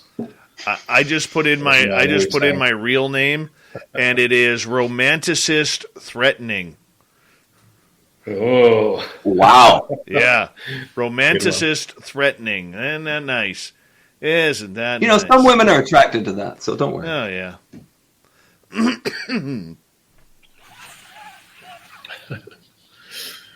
Let's see what the Michael Leger is. Hold on, Michael. We'll get you. Michael Leger. I might go and put the kettle on really quickly. Yeah. Michael Leger, you are Creator Rational. Creator Rational. What a sensible person. Mm-hmm. Boy. This is awesome. I never knew this existed. Isn't it great? Yeah. If you love to be remembered as the person who gives the best birthday gifts, I'm here to tell you that 1-800-Flowers.com is your ultimate birthday gifting destination. 1-800-Flowers has thoughtful and artfully created options that are guaranteed to deliver the best birthday surprise. Shop thousands of unique gifts at 1-800-Flowers.com for exclusive offers and great values. To order today, visit 1-800-Flowers.com/tune-in. That's 1-800-Flowers.com/tune-in. A Story of the Rose is a story of love. Go to FTD.com and save 15% through February 14th with code CRUSH15. And celebrate your love story with iconic roses, florals, and gifts from FTD. That is fantastic, man. Fantastic. Well, I mean, it alleviated the awkward conversations of people asking me, "How did you come up with the name? What does it mean?" Now I just use the name generator. You know, I could have thought about an alias for months. You know, there's too many options. I just wanted to go with something that was a little more thoughtless, I think. I just went with my first name and my middle name. That's all I did. I did put in my full name, first, middle, last. Oh my goodness! Now I gotta try mine. Hold on. Let's see how this turns out.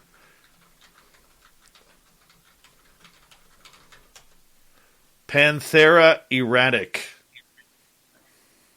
Whoa, you sound like like you make house music or something. Yeah, no kidding. Might go see you in concert with a name like that. Right. Oh, let's see here. So we have you guys for another 30 minutes here. Hello, gorgeous Candy Romero from Vegas. She is going to Vegas, to the Vegas party. Why not? She lives in Vegas.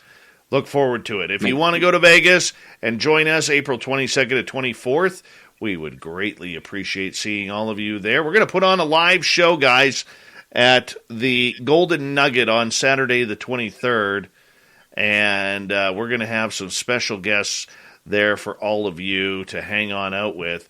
And before that, though, I'm going to show you guys this, because this is kind of cool right here. Both Lynn Wallington and I will be speaking at UFOCon 2022, March 25th, 26th, 27th in San Francisco, California. If you want to get your tickets, just go to UFOCon2022.com and hang on out with us. We would really appreciate that. Really appreciate you coming on in, hanging out with Sweet Linny Pie and I. And you know what? It is a great event. 15 speakers, including, who's in there so far?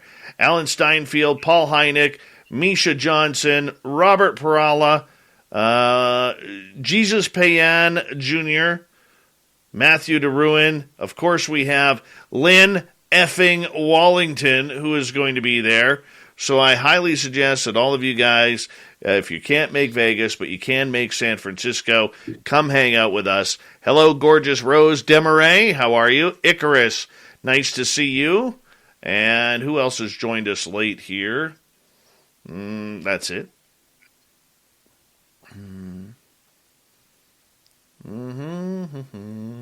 Sovereign Farts, how about taking it down a notch in the chat room, man? Yeah, Sovereign Farts. Nice name, eh? Big thank you tonight to Rex, Tim, Apollo, Fapster, Mike, Sorcerer, Ed, and Steve for the super chats. We really do appreciate the love and support that you guys give us, and thank you to everybody who's given us a thumbs up and has tuned on in tonight. Here we go, everyone.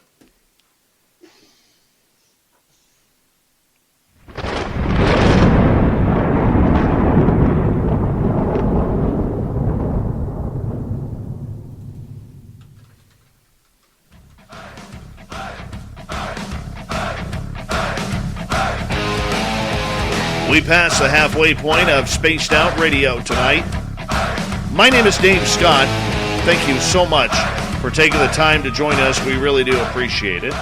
Well, want to remind you that if you miss portions of this show or others, check out our free archives by going to youtube.com/Spaced Out Radio. Do old Davey the favor, hit that subscribe button. Our website is spacedoutradio.com. We have a plethora of features for you. Rock out to Bumblefoot, read Shirky Poo's Newswire. Check out our swag as well. Follow us on Twitter at Spaced Out Radio, Instagram at Spaced Out Radio Show, and now on TikTok at Spaced Out Radio. For the final time tonight, Damien Jay, Hoodoo Tall, both gentlemen here talking about a new documentary called Hoodoo Tall, which is Hoodoo's Adventures into Sedona, Arizona, and the Bradshaw Ranch. And right before the break, we were talking about potential dinosaur prints in Sedona. Yes, dinosaur prints. I don't understand it, but I love this, man. I do. I mean, there's even one more story about that that really hasn't been told much because when I go out there now, Tom Dongo and I have become pretty good friends, and so I go into town and we sit down and have breakfast usually one morning when I'm out there. And I was asking his advice, as I pursued the ranch and this kind of thing. And his advice was, you're fine there. Just don't go to Sycamore Canyon at night and don't go there alone. And I take his advice, and I asked him why, and he started telling me about some weird things out there. However, he said that him and about 4 or 5 other people went out there during the day. They parked their car and they were standing out there, and they watched for several minutes a pterodactyl flying in the sky.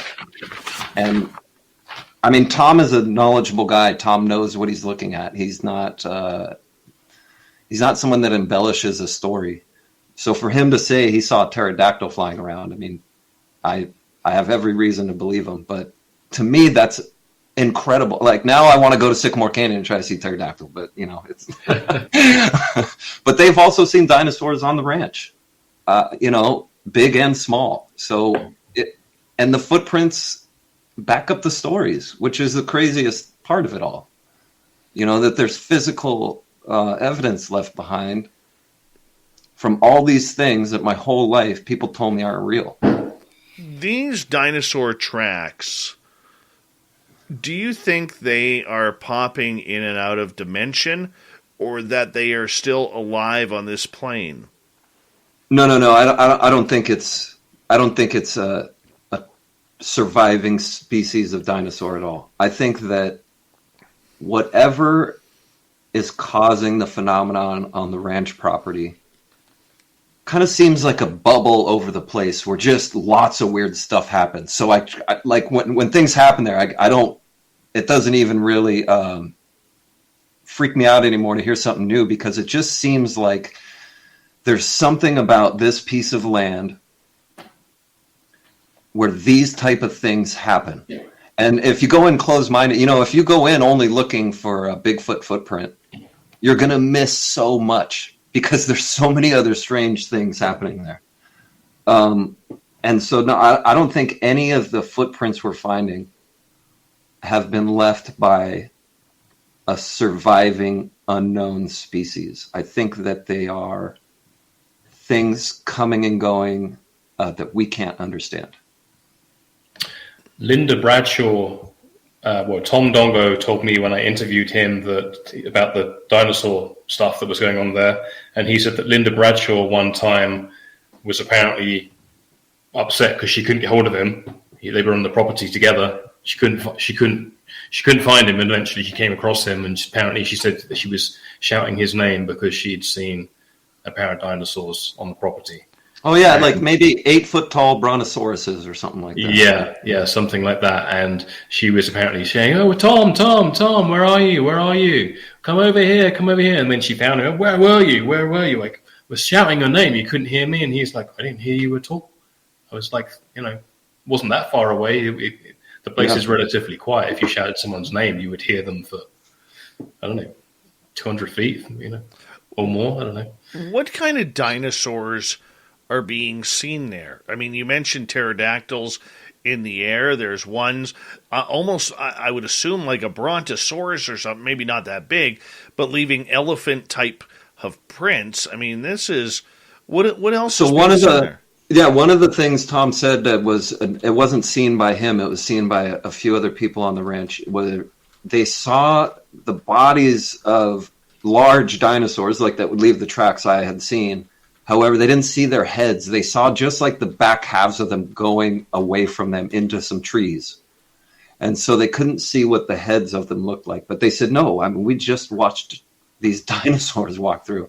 If I remember correctly, I think the ones Linda Bradshaw saw were long neck brontosaurus types, but were only like 8 feet tall or something like that. So, to us and our knowledge of dinosaurs, I don't think any long neck 8-foot dinosaur existed. Those were all really big, so they could reach the tops of trees. So they don't seem to be in line with the creatures we know on Earth. And so I don't have any reason to believe that they are. That almost sounds like what they're seeing in the Congo with Mokele Mbembe.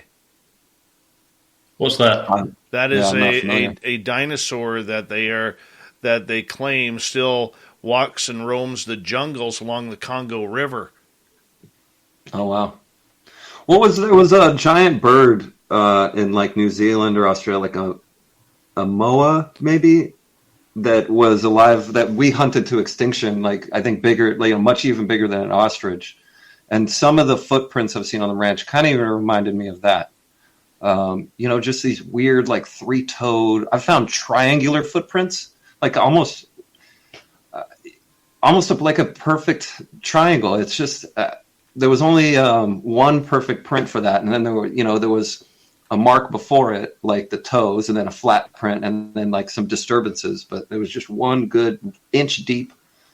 I've found square, like kind of these square tracks out there, and I've found square tracks that left 2-inch deep depressions on the dirt road portion of the ranch. Now, how much does something have to weigh to make a 2-inch deep footprint on a dirt road that cars drive over and don't leave impressions on? I mean, it had to be serious weight on these creatures to leave these footprints behind. That's the most astonishing thing to me, is the weight of the creatures. Yeah, I showed a doctor some of the footprints that Hoodoo Tall was capturing. To a friend of mine, I had it on my computer. And I showed him, and he said, whatever made those footprints must weigh 1,000 pounds at least to have made those kind of impressions. Yeah, we find tracks that are like 4 inches deep and 20 inches long. And 12 of them, not one track. I mean, a line of tracks leading right up to a game trail. Like this thing was hunting. I would imagine they would just hunt for fun. I mean, if they're these higher level beings that are kind of coming and going, we don't know the reasons for their visits here, but it seemed like it was stalking animals on a game trail. Maybe it's like a dimensional rift of some kind. That's why we see dinosaurs there and all these bizarre. But I haven't personally seen dinosaurs there. I mean, people say they've seen these. I hope I can just keep going there, especially at night, to get eyes on these things. I want to get eyes on what is leaving these footprints behind. That's the only way I'm going to know for sure. Some footprints are clear enough where you can kind of guess what kind of creature it was, but I still want to have that firsthand experience with it. I want to ask you in regards to that. I mean, how much time would you have to spend out there in order to see that? I mean, 10 days just doesn't seem enough. I mean, I don't think it's enough either. No, I don't think it's enough at all. But I'm a regular guy with a regular job. I save up my vacation days, and I take 2 10-day trips a year, and that's what I do with my vacation time. However, the first night we went to the ranch, it kicked off within 30 seconds. So I don't know. Like, I feel like the more time I spend there, the better the odds I'll witness something. And so that's kind of the approach I take. But it is a wildly unpredictable place. Do you camp in the same place every time? Because for a lot of familiarity with Sasquatch and everything, it's about repetition, so they get used to the sound of your vehicle, with where you're camping, the sounds that you make, the sound of your voice. Everything that you do has to be the same. Yeah, I stay on. It's a privately owned campground, and I reserve the same campsite every year, and it's the farthest campsite on their property. So I'm pretty much, there's no other campers for like 100 yards from me. And I'm right on the creek. I'm 10 feet from the water. And so the first time I stayed there, the smell, I had the smell. Something that smelled so bad, me and my 2 friends our eyes watered up, our throats closed, and we're dry heaving and stuff like that. The smell was like dead bodies, burnt tires, and burning hair, like all mixed together. Just the worst thing you could ever imagine smelling.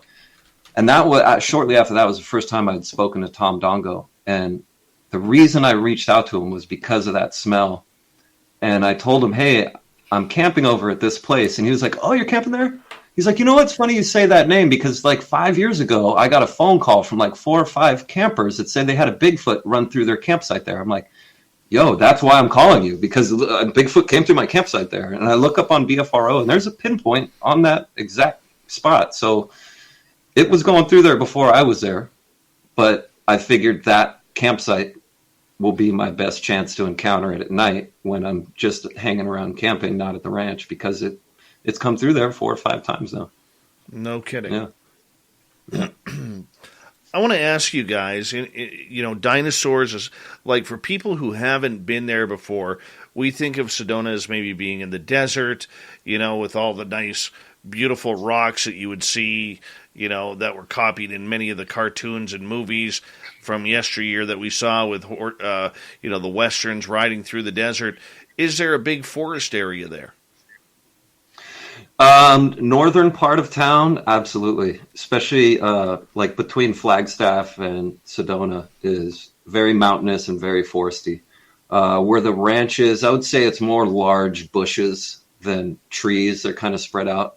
Where I camp, along the creek, it's going to be very green with a lot of trees and a lot of cottonwoods and stuff like that for a good distance around the creek. So you can kind of get a little bit of both. There's parts of Sedona where you go out and you feel like you're in the middle of the desert and you can hardly see a tree around you. So that's another fun place about it, is the vast scenery. Mm-hmm. Damien, going out there and seeing what Hoodoo Tall has seen for many, many times, what was that like for you as a camera operator, as a documentarian, to be able to not hear this on a phone call or see it in a photograph, but to actually get there and get a feel for everything he's been stating? Oh, just amazing. Pretty much, I guess, life-changing in a way, just to be able to experience it myself and see it with my own eyes. And, it was definitely there's a real strangeness. The whole place just feels different.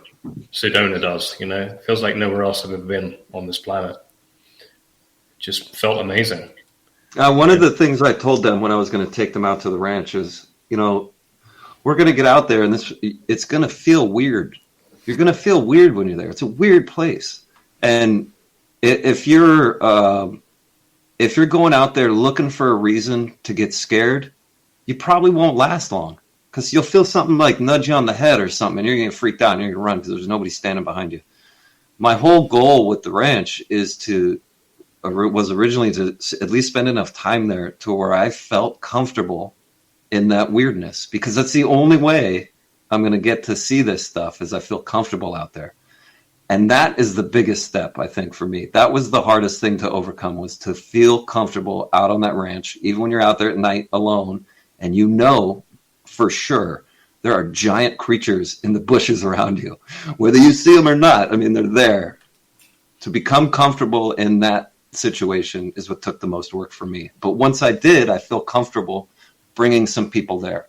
Yeah. Because I do know that if something gets in the way, I have a couple things that I'll do to get in between me and let them get to the car, and I'll deal with this. So I don't feel like I'm ever putting anyone in danger by taking them out there. Yeah, he said that to me. He goes, if anything strange happens, just leave, and I'm gonna get in the way. I'll protect you. So I felt safe, because he would just say, if I hear a strange noise and we encounter anything unusual, like Big Girl is what they apparently call this creature that lives at the ranch. He says, if Big Girl comes out, I'm just gonna walk towards her. You can just walk away slowly if you want, or run. For sure. And I want to ask you guys, okay, outside of potential dinosaurs, Sasquatch, UFOs in the sky, what other strangeness were you encountering out there? I'll give you one story that I don't really tell a lot of people. Why not? That's what this show's for, right? Sure. I was out there in the same dry creek where I had found my first Bigfoot footprint next to the petroglyph. And that time, it was just after a flood, and I wasn't able to locate the Bigfoot petroglyph again. And I was walking up and down through this thing, and I was by myself. This is in the middle of nowhere. This isn't on a trail or something like that. And so I'm out there because I'm trying to get a better understanding of my own self, in a bigger sense. And so I was doing like a meditation as I walked, like asking for a connection to something bigger than me. And I was really feeling it. Like I was putting my hand on my chest, and like for some reason, just after that, just like from my hand to like putting my hand out in the air, and just I could feel something. And I just kept walking, and like at one point I just had tears running down my face. I mean, it was just overwhelming energy in the air. And I look over to the left, and I see a rock with a hole in it. And I was like, what? That's odd. And I go over, and I find this little nook in the rocks where there's the grinding stones from where they were grinding up grain. It's still in the hole. And then there are two drawings that immediately jumped out to me. And they're two drawings of sky people. They're on one person on each wall. On one wall, the sky person has his hands are out in front of him, and coming from his hands is a segmented double helix shape, like a DNA strand. So I don't know what these people saw there, but they saw someone come from the sky and show them a double helix. The other side shows the same sky person, and next to it shows a drawing of an inverted person, like a person coming head down. I didn't know what that meant until last November when Damien and I were extremely fortunate to meet Cliff Mahooty. Cliff told me that upside down petroglyph, that's how the Kachinas came into the Kiva. 7 iconic housewives from 4 different cities. Look at this water! We're gonna give them something to talk about. Vacation at Turks and Caicos. It's a party now! The Real Housewives Ultimate Girls Trip. All episodes streaming now, only on Peacock. A Story of the Rose is a story of love. From farms to our florists, and right into the arms of sweethearts savoring a date night in. Best friends showing their galentines how much they adore them. And those giving themselves a little love. Go to FTD.com and save 15% through February 14th with code CRUSH15. And celebrate your love story with iconic roses, florals, and gifts from FTD. Structures. The natives would go in their kivas, and the gods would come in upside down, head first, and then turn around. And so they would draw those upside down people. So whoever was in this little site saw people come from the sky, just like other natives saw, inverted, upside down. I felt this insanely strong, like deja vu, like I've never experienced. Like there was something really weird about all this. And then below the carving of the sky person in ancient paint, which I had never really seen out there, I've seen carvings, was a handprint on the wall. And I looked at it, I was like, holy smokes, this isn't a native's handprint. The natives in that time were fairly small people. I mean, their hands would have been short and stubby. It's a fairly large handprint. And I was so curious, and without even thinking, I just put my hand on it. And I have video of it. And it's exactly my handprint. Every nook and cranny of mine, it's my handprint on the wall. And then I weirded me out big time. Whoa. And I turned around and I looked at the drawing on the other wall. And I was like, oh, there's a handprint over there too. And I walked over to it, and off to the side on the rocks, I just kind of knew where it was. I was like, oh, here it is. And then sure enough, there was another red handprint in paint over there on the rock. You go ahead and interpret that any way you'd like. I don't really try to. It was the strangest thing. I've had a personal experience with it that I can't let somebody else experience for themselves, That is very strange. Very strange indeed. To find a handprint the same size as your hand, sure, it's possible. Yeah, but made by those natives 10,000 years ago. Weird. I showed it to Native Americans in Sedona, too. They took it way far. They're like, oh, my gosh, no, it's reincarnation. Look, that's your handprint. I was like, whoa. Well, they said it's definitely not the handprint of any native people. And so that was the bit of information I took from the conversation instead of an elaborate story about what it could be. That's it's really strange. I don't know what to make of those kind of overwhelming personal experiences. Anything paranormal happen while you were there? Ghosts?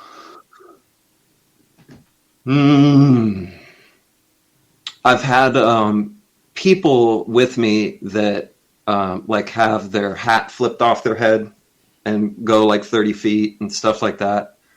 But nothing, that kind of stuff seems to always be overshadowed by some creature or some UFO. Off the top of my head, nothing really ghost-wise. And to be honest, I don't know that I would think it was a ghost if I was out there. I'd probably think it's some being I just can't see. I'm not sure on that. But lots of creatures, objects and lights in the sky on a nightly basis. There was a couple weeks where they had a UFO flying around town every night that looked like one of those oil rigs you see out in the ocean, like all those lights on those oil rigs. Tom Dongo was telling me about that one. And I also have another story, which I'm not going to name any names about because I don't know if I should even share it, but the information itself is too good not to share. It's about the Bigfoots. We got 2 minutes. Somebody with a lot of money bought a large section of land they knew Bigfoots were living on. And one of the things he was doing was leaving books out for them.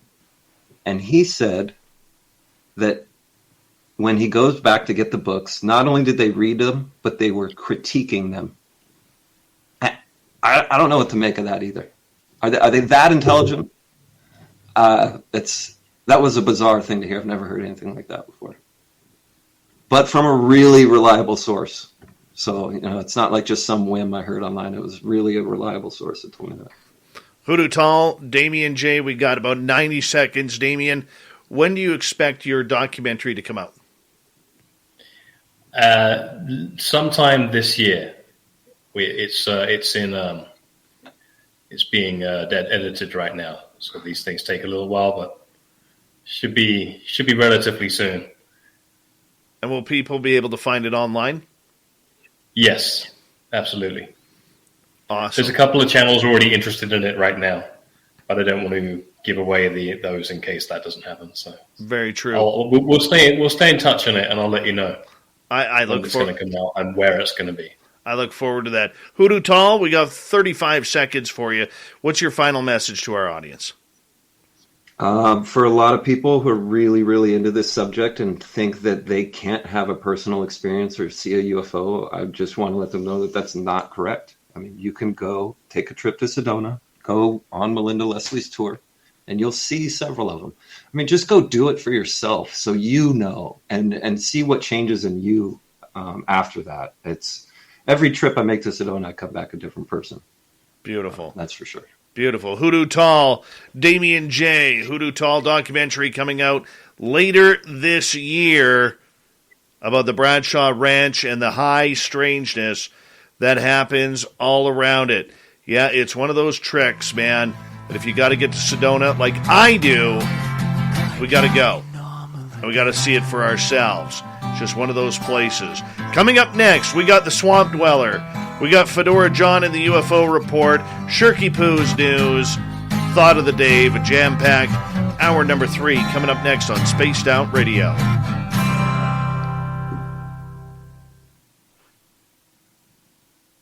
Great show, boys. Great show. Yeah. Thanks for having us on. That was a lot Dave, of fun. I feel like we could have done 5 more hours. Oh, dude, yeah. Oh, totally. 2 hours was not enough. So we can always come back and do more. And I mean, I'm probably gonna make another trip out there before.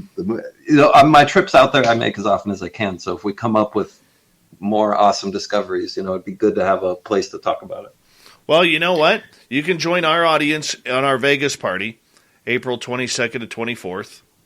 And if you think you can handle me in Las Vegas, I'll do it. Oh, yeah, come on out. Careful what you wish for. Come on out. Dave's not a rookie going to Vegas, that's for sure. Okay. All right, good. We're not talking a real rookie here. Lawrence Burshett, how are you, buddy? Good to see you. And but yeah, come on out, and we're going to be having the live show on the 23rd at the Golden Nugget from about 5 p.m. to 8 p.m.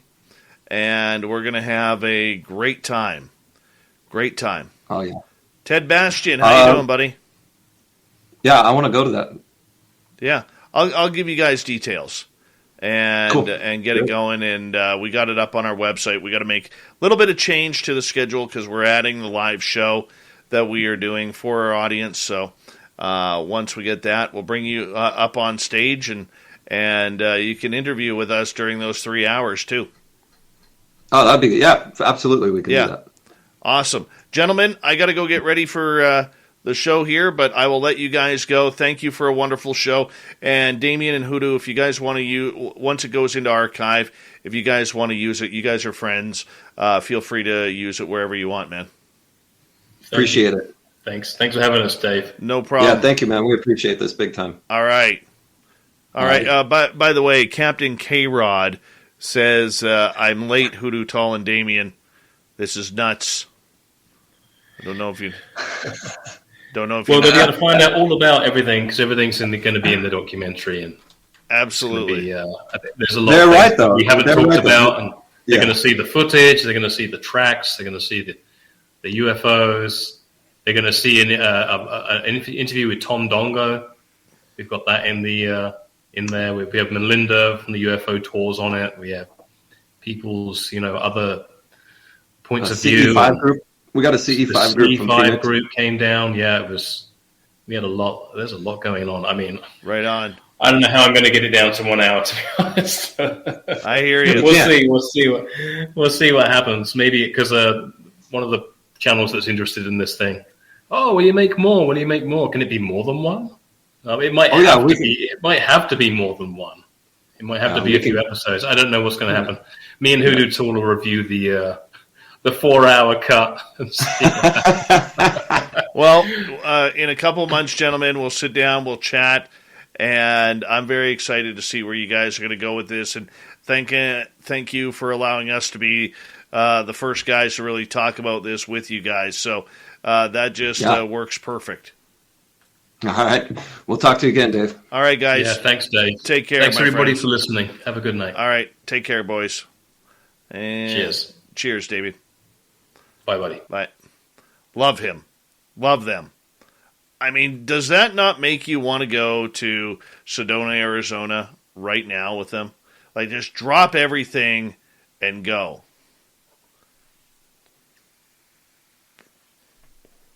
I know. I am Cat Loco. All right, that's enough of that, actually. There we go.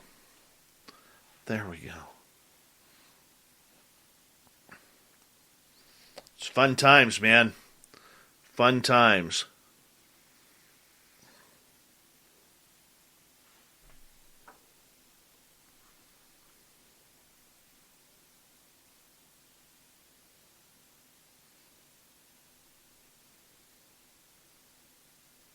Tonight it's on Orange Ice. I gotta go get restocked here tomorrow. 416 Bitcoin. Actually, I was thinking about what you said the past couple weeks about the NFTs. So yeah, let's talk. All right. I want to remind all of you that on March 25th to 27th, both Lynn Wallington and myself will be hanging out in San Francisco, California at UFOCon 2022. You can go to UFOCon2022.com and check out if you want to come on down for the awesome UFO conference that Lorian Fenton puts on, and I cannot wait to get there. And let's see here. What else do we got? I'm just getting ready for the news here. That's a good one right there, too. And you know what? Then we got the Vegas party coming up in Las Vegas, April 22nd to 24th. And if you can't make either of those, I will be appearing at the MUFON Symposium in Denver, Colorado on July 8th through 10th. And I will be speaking about UFOs in the media there. So hopefully you guys will be able to get there. All right, let's do this thing.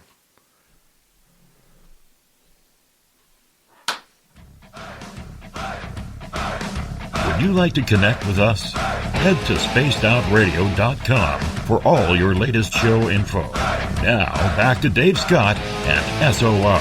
Here we go with the third and final hour of Spaced Out Radio tonight. My name is Dave Scott. Thank you so much for taking the time to join us. We really do appreciate earning your listening ears wherever you are on this beautiful planet we call Earth. Hello to everyone listening in on our terrestrial affiliates around North America, digitally on TalkStream Live, Revolution Radio, and KPNL. All of our archives are free by going to youtube.com/Spaced Out Radio. Just do old Davey the favor, hit that subscribe button. The Desert Clam has set the password for tonight in the SOR Space Travelers Club. Decoitage. Decoitage is your password. Use it wisely, Space Travelers, as the Clam sets the password each and every night right here on Spaced Out Radio. Our website is spacedoutradio.com. We have a plethora of features for you. Rock out to Bumblefoot, read Shirky Poo's Newswire. Check out our swag as well. Follow us on Twitter at Spaced Out Radio, Instagram at Spaced Out Radio Show, and now on TikTok at Spaced Out Radio. It is that time once again where we go into the night with the Swamp Dweller, who takes us into the swamp with another spooky Wendigo story.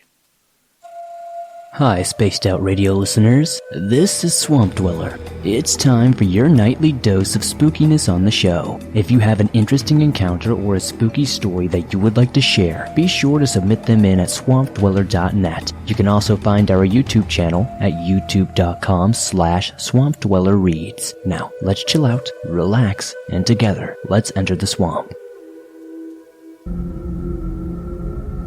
In Roscommon County, Michigan, a few years back, I had what I believed to be a Wendigo or Dogman encounter.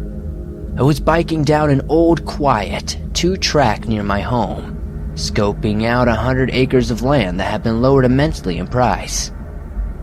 It was 1 in the afternoon when I caught sight of a figure at about 10 to 12 feet tall, taking roughly 3 steps and about 50 yards ahead of me across the property line. I quickly stopped my bike, gazing ahead for a better look. The figure had backwards hind legs. Its neck was strange and its eyes were a distinct yellow. The neck was so long it looked as though the thing could swallow an entire human in it.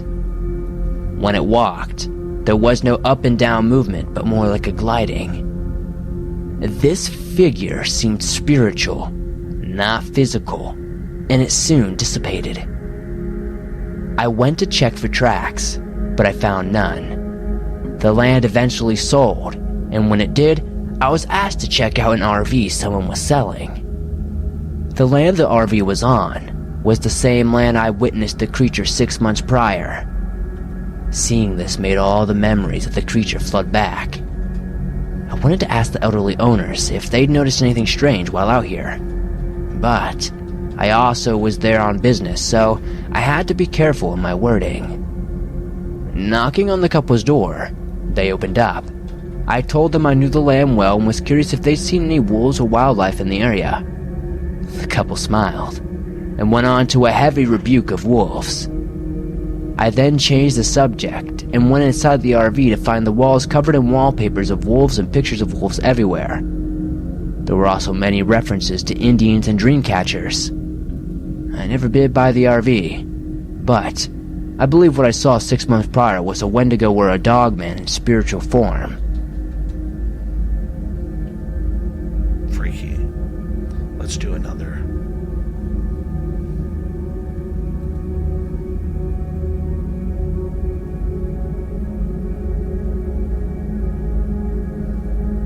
My story takes place 4 years ago, when I was just 14.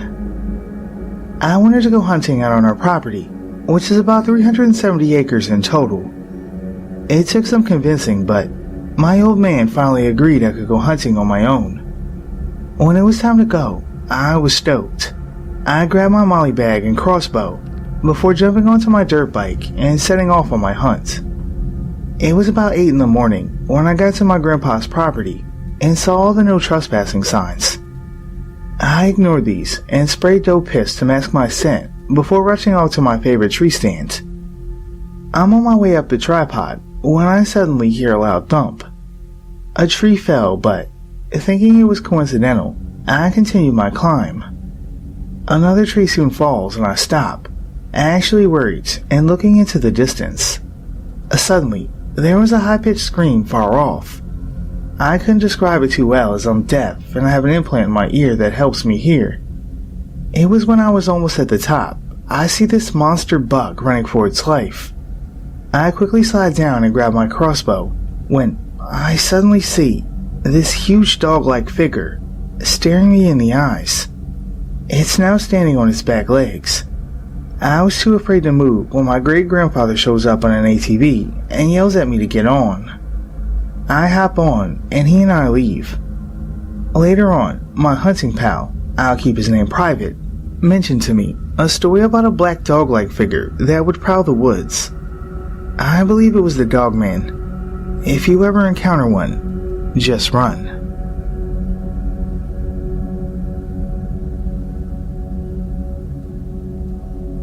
Wow, that's some spooky stuff right there as we get ready for the fedora-wearing John Hudson. Once again, we say thank you to Mr. Swamp Dweller.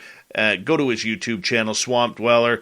He's just hit 251,000 subscribers, and we love him around here. He'll be a guest on this show in just a few weeks' time, and I always love it when Swamp Dweller comes in to talk about his spooky, scary stories that he gets from people. So once again, we thank Swamp Dweller for the swamp. Love this portion of the show. Absolutely love it. You know what? Let's go from the swamp to the sky, where we're going to talk some UFOs here with the fedora-wearing John Hudson.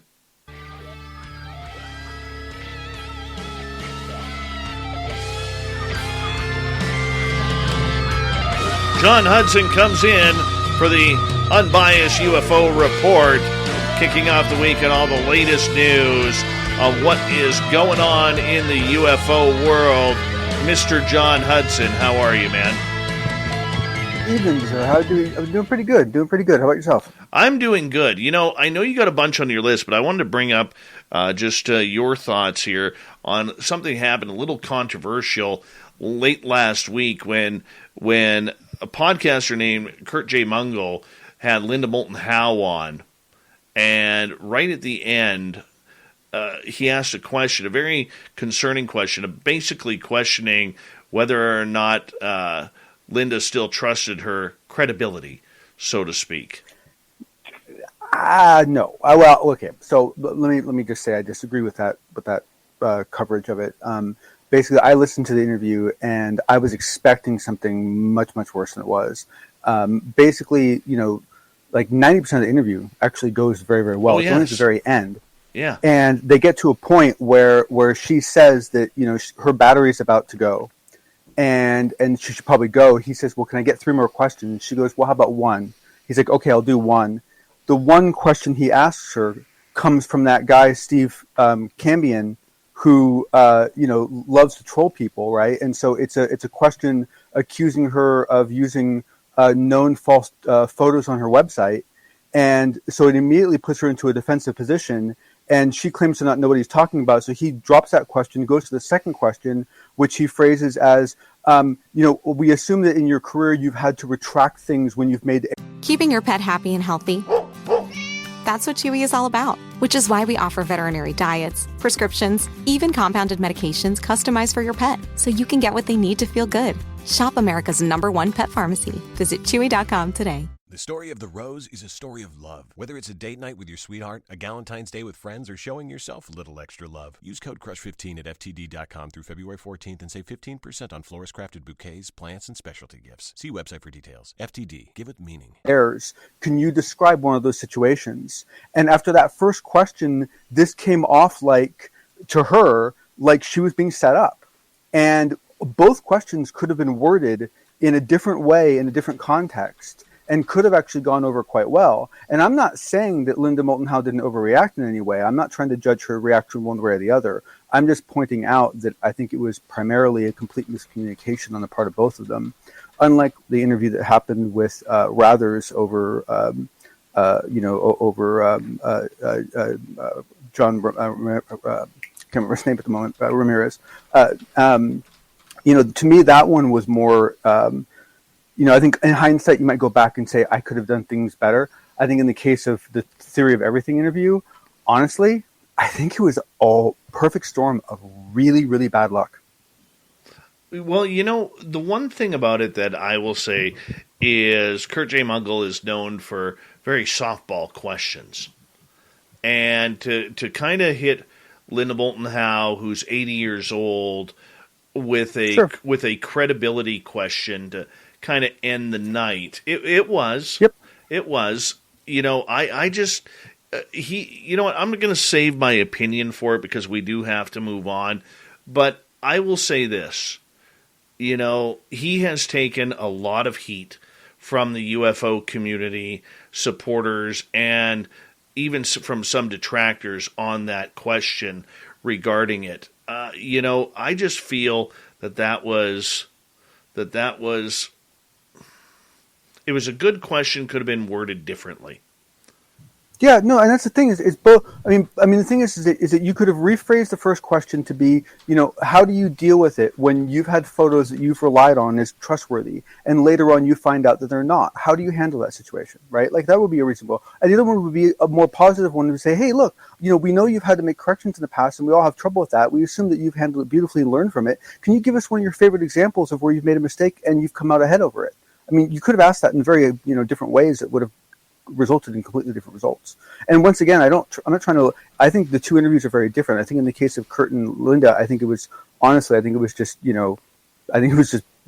a few little mistakes and just human error and just bad luck and bad circumstances and bad cadence. And I think it was just a perfect storm of bad luck. I think in the other case, me personally, I might have done things differently. But in the case of the interview with Kurt, honestly, I think everyone did as best they could in the situation they were in.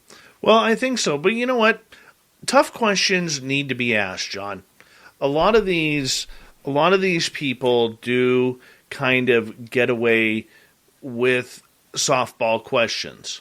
You know, they but do. The challenge is that people tend to intertwine tough questions with tough tones, and that becomes the problem.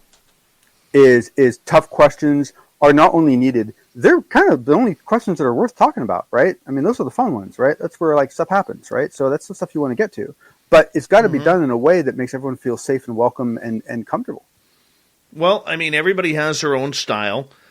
You know, that is one thing. And, you know, I watch Steve Cambion's Truth Seekers quite a bit.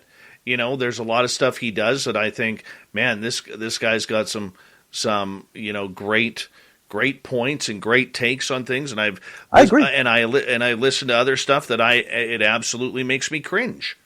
But but on the flip side, there's going to be people who do that to this show as well. Absolutely. There really is. I know, absolutely.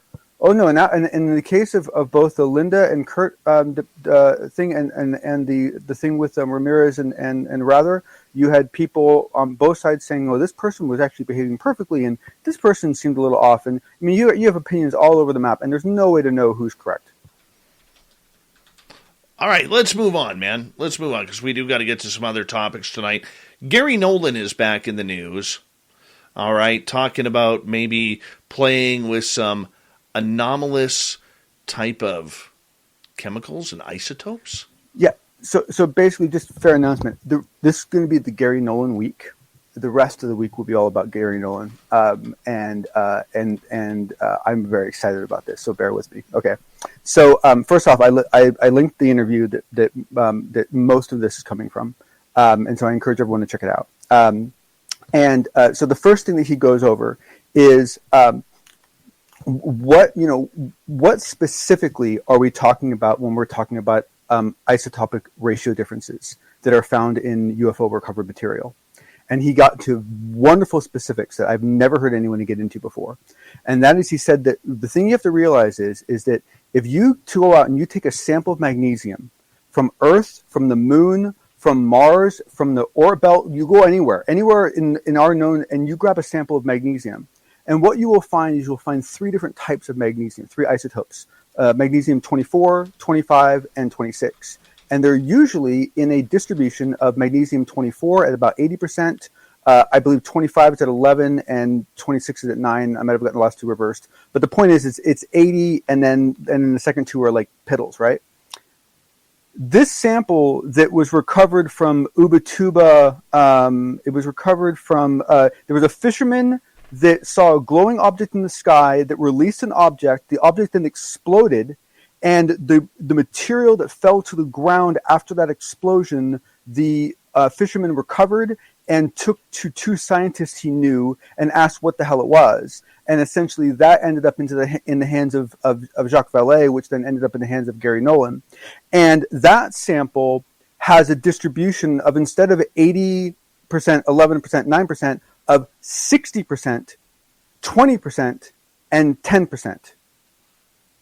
Which one, like, we don't know why you, like, we don't even know how you do that was one thing, right? Like, but the bigger question, and what I want to get to in a second, but I want to finish something first, is why, right? But the thing is, before I get there, is that this is basically material that came with pretty good chain of authority, and basically he analyzed it using that very high end analysis tool that we've talked about before. And once again, it's not to say, I think some people were I know I was confused at one point. It's not to say that we see different isotopes of magnesium. It's not to say that we suddenly start seeing magnesium 29 and magnesium 21, right?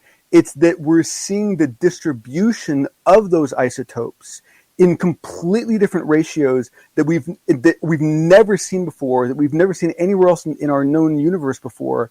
And so it's super freaking odd, right? I mean, just like super odd. And before I get on to the question, please, like, I'm getting very excited, so I apologize. You geek out, man. This is way above my pay grade here. Yeah. So any questions or anything, or is it making sense to you so far? I am so far away from science, man, that I'm still trying to catch up.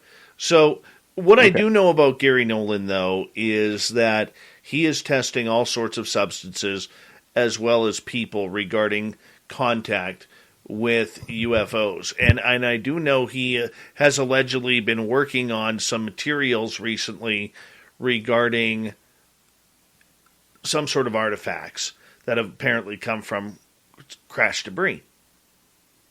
Yeah, so basically the catalyst for this interview is this work that he's working on now, but as well as this published peer review paper that recently came out, which I'll talk about in a second.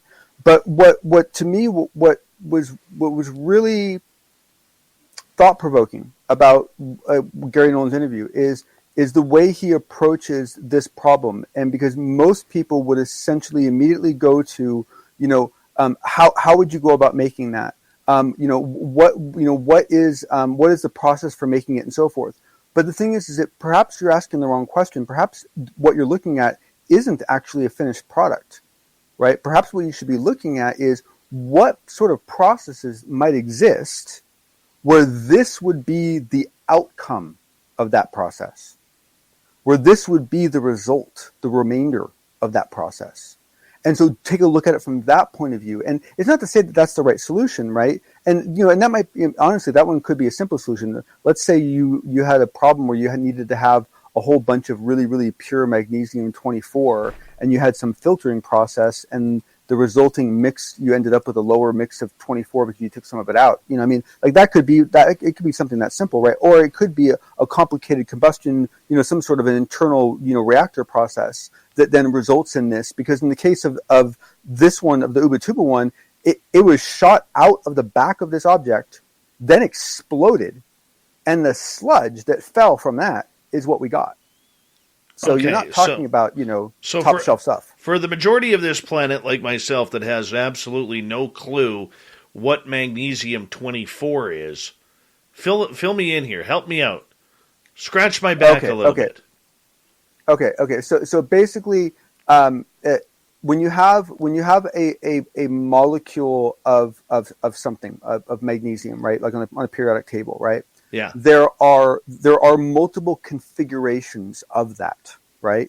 So there are multiple ways to put magnesium atoms together in a way that they create that geometric thing that you saw in high school that becomes stable, right? And there's multiple configurations of magnesium. One of them is magnesium-24, one of them is called magnesium-25, and one of them is called magnesium-26. So, this alien craft, or whatever it was, as I'm trying to paint a picture here for us laymen who don't really understand the science behind it, because I am so not a science guy. This magnesium-24 or 25 that you're talking about came out of an aircraft, some sort of craft, potential UFO, and it shot out and exploded in the atmosphere. And this is kind of what melted down to the ground. Not super high in the atmosphere. The understanding is this basically this is a fisherman in Ubatuba, Brazil, on a body of water. The glowing object came above the water and basically ejected something behind it. That object then exploded, and the debris that fell after that explosion is what the fisherman then grabbed and took with him. Okay. So the recovered this. How did it get into Gary Nolan's hands? So essentially, it was shown to a couple of scientists, and then it I believe it ended up in a museum for a while, and finally, in the end, Jacques Vallée took possession of it. And Jacques Vallée, I believe Jacques Vallée actually is the one who owns the material at this point, or is at least the custodian of it. Because I know he went down to Ubatuba, Brazil to collect this material. Right. We got 90 seconds left. So why is this study that Gary Nolan is doing important towards UAP studies? Because essentially what he's trying to do is provide the and there's more to it, which I'll get to after the break. But what he's trying to do is provide, when people say, hey, we're seeing things that we know can't be made here, right? Or can't be made by us. And people go, well, how do you know that, right? Like, how can you know that? How can you know that no one else has invented this? Well, these are the specifics of the way we start to determine that what we're finding isn't made by people we normally hang out with. But it is interesting to me, as we got about 40 seconds left, that magnesium is a compound that they are using, they being the extraterrestrials, or whatever that craft was, considering we could find that here on Earth as well. Normally we think they... Well, sorry, go ahead. Go ahead. What I was going to say is, but I mean, that's the thing, is that we all use the same elements. But we don't know what other elements are out there, though. So that one's actually kind of surprising to me. Yeah. But the truth of the matter is that the elements we have aren't the elements we have because we made them. It's what our reality is built out of. True. So, most reality is built out of similar things. John, hold on right there. We'll continue this talk. I think I may be starting to get it. As non-science guy, Spaced Out Radio continues with the unbiased UFO report. Going into the final half hour of the mighty SOR. Right after this. Stay tuned.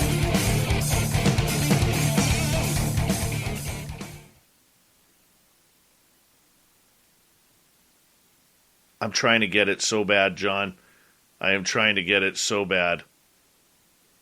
Forgive me for being an absolute dummy when it comes to science, man. Dave, no, Dave. This stuff's hard to grok. It really is. It really is, because most of us think of something like gold as being like a gold atom, but when you find gold in real life, it's in globs. It's in little geometric shapes of combinations of protons and neutrons and electrons and so forth, right? So and the thing is that different isotopes can have drastically different results. I mean, there are things where one isotope of it is perfectly safe and the other isotope of it will kill you. Mm-hmm. I just want to say something. Hey, Steve Cambion from Truth Seekers. You know what, man? I just want to say, this is the first time I've seen you in our chat room, so please, welcome. And I hope you do the same as I've done to you, is hit that subscribe button. But I just want to say, I thought it was a good question. I don't think Kurt handled it very well. And I would tell Kurt that same thing. And good job on you for catching. You catch a lot of stuff, man, that I have no notice of. And many of us don't have a notice of. You got a real good eye for that kind of stuff. So, well, thank you, sir. I'm not talking about you. I'm talking about Steve.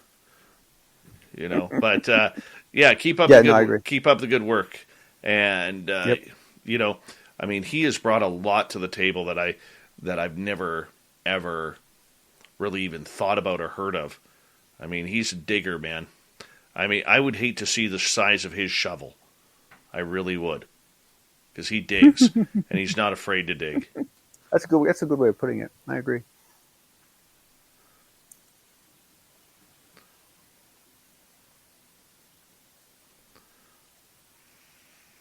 Have you seen the new Dune movie? No. Did you read the Dune books? No. Did you like the Dune movie original? No. Oh, well, don't worry about it. Yeah, I won't. Although I have to admit, if no one's ever been into the books or the other movie, this wouldn't be a bad introduction to the story, because I mean, this is actually a very well done film. Yeah. But it's still a challenging. Actually, Frank Herbert's son got together with another writer and wrote a three series prequel to Dune that takes place 10,000 years before. I've mentioned it before, and it's all about how technology goes south and how they essentially like ban like artificial intelligence and like all this. They turned like extreme Luddites. You'd love it.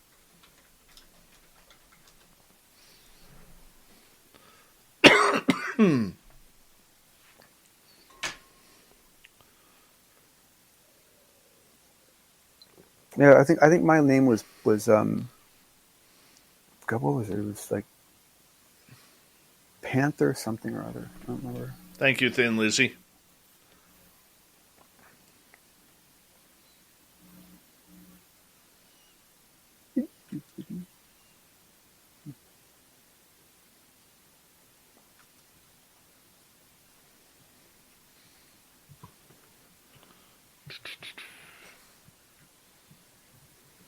Boy, Lynn had a pair of good shows, and you guys had a pair of good shows on the weekend, man. Yeah, well, I don't know if she gets as much credit for Sunday, I mean, Jim's kind of,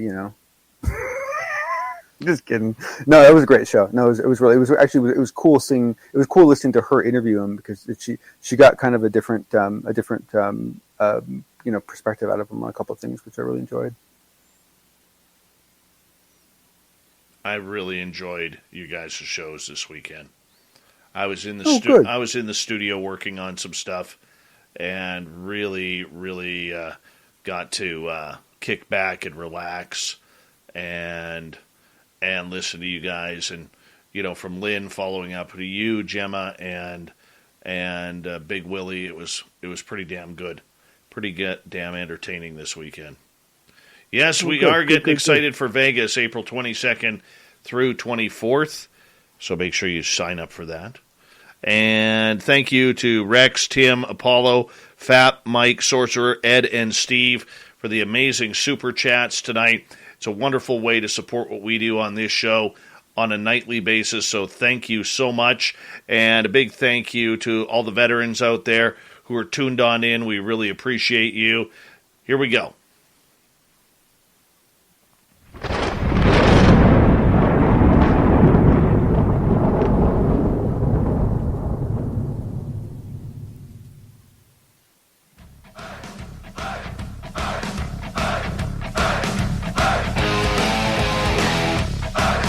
We've rounded third. We're heading for home tonight on Spaced Out Radio. My name is Dave Scott. Thank you so much for taking the time to join us. We really do appreciate it. Want to remind you that if you've missed most of this show or others, check out our free archives by going to youtube.com/Spaced Out Radio. Do old Davey the favor, hit that subscribe button. Our website is spacedoutradio.com. We have a plethora of features for you. Rock out to Bumblefoot, read Shirky Poo's Newswire, check out our swag as well. Follow us on Twitter at Spaced Out Radio, Instagram at Spaced Out Radio Show, and now on TikTok at Spaced Out Radio. We continue on tonight with the Unbiased UFO Report. We are joined by the fedora-wearing John Hudson, who's hanging on out. John, welcome back. Thank you. Thank you everyone for hanging out. We do appreciate it. All right, we're talking isotopes, we're talking science, we're talking magnesium-24 apparently dropped out of the back of a UFO that seemed to have farted its own stuff all over the place. That's kind of where we are. Yes, and the excitement continues, because what we also got, and once again, I encourage everyone to really listen to this interview, and I'll provide a link to it.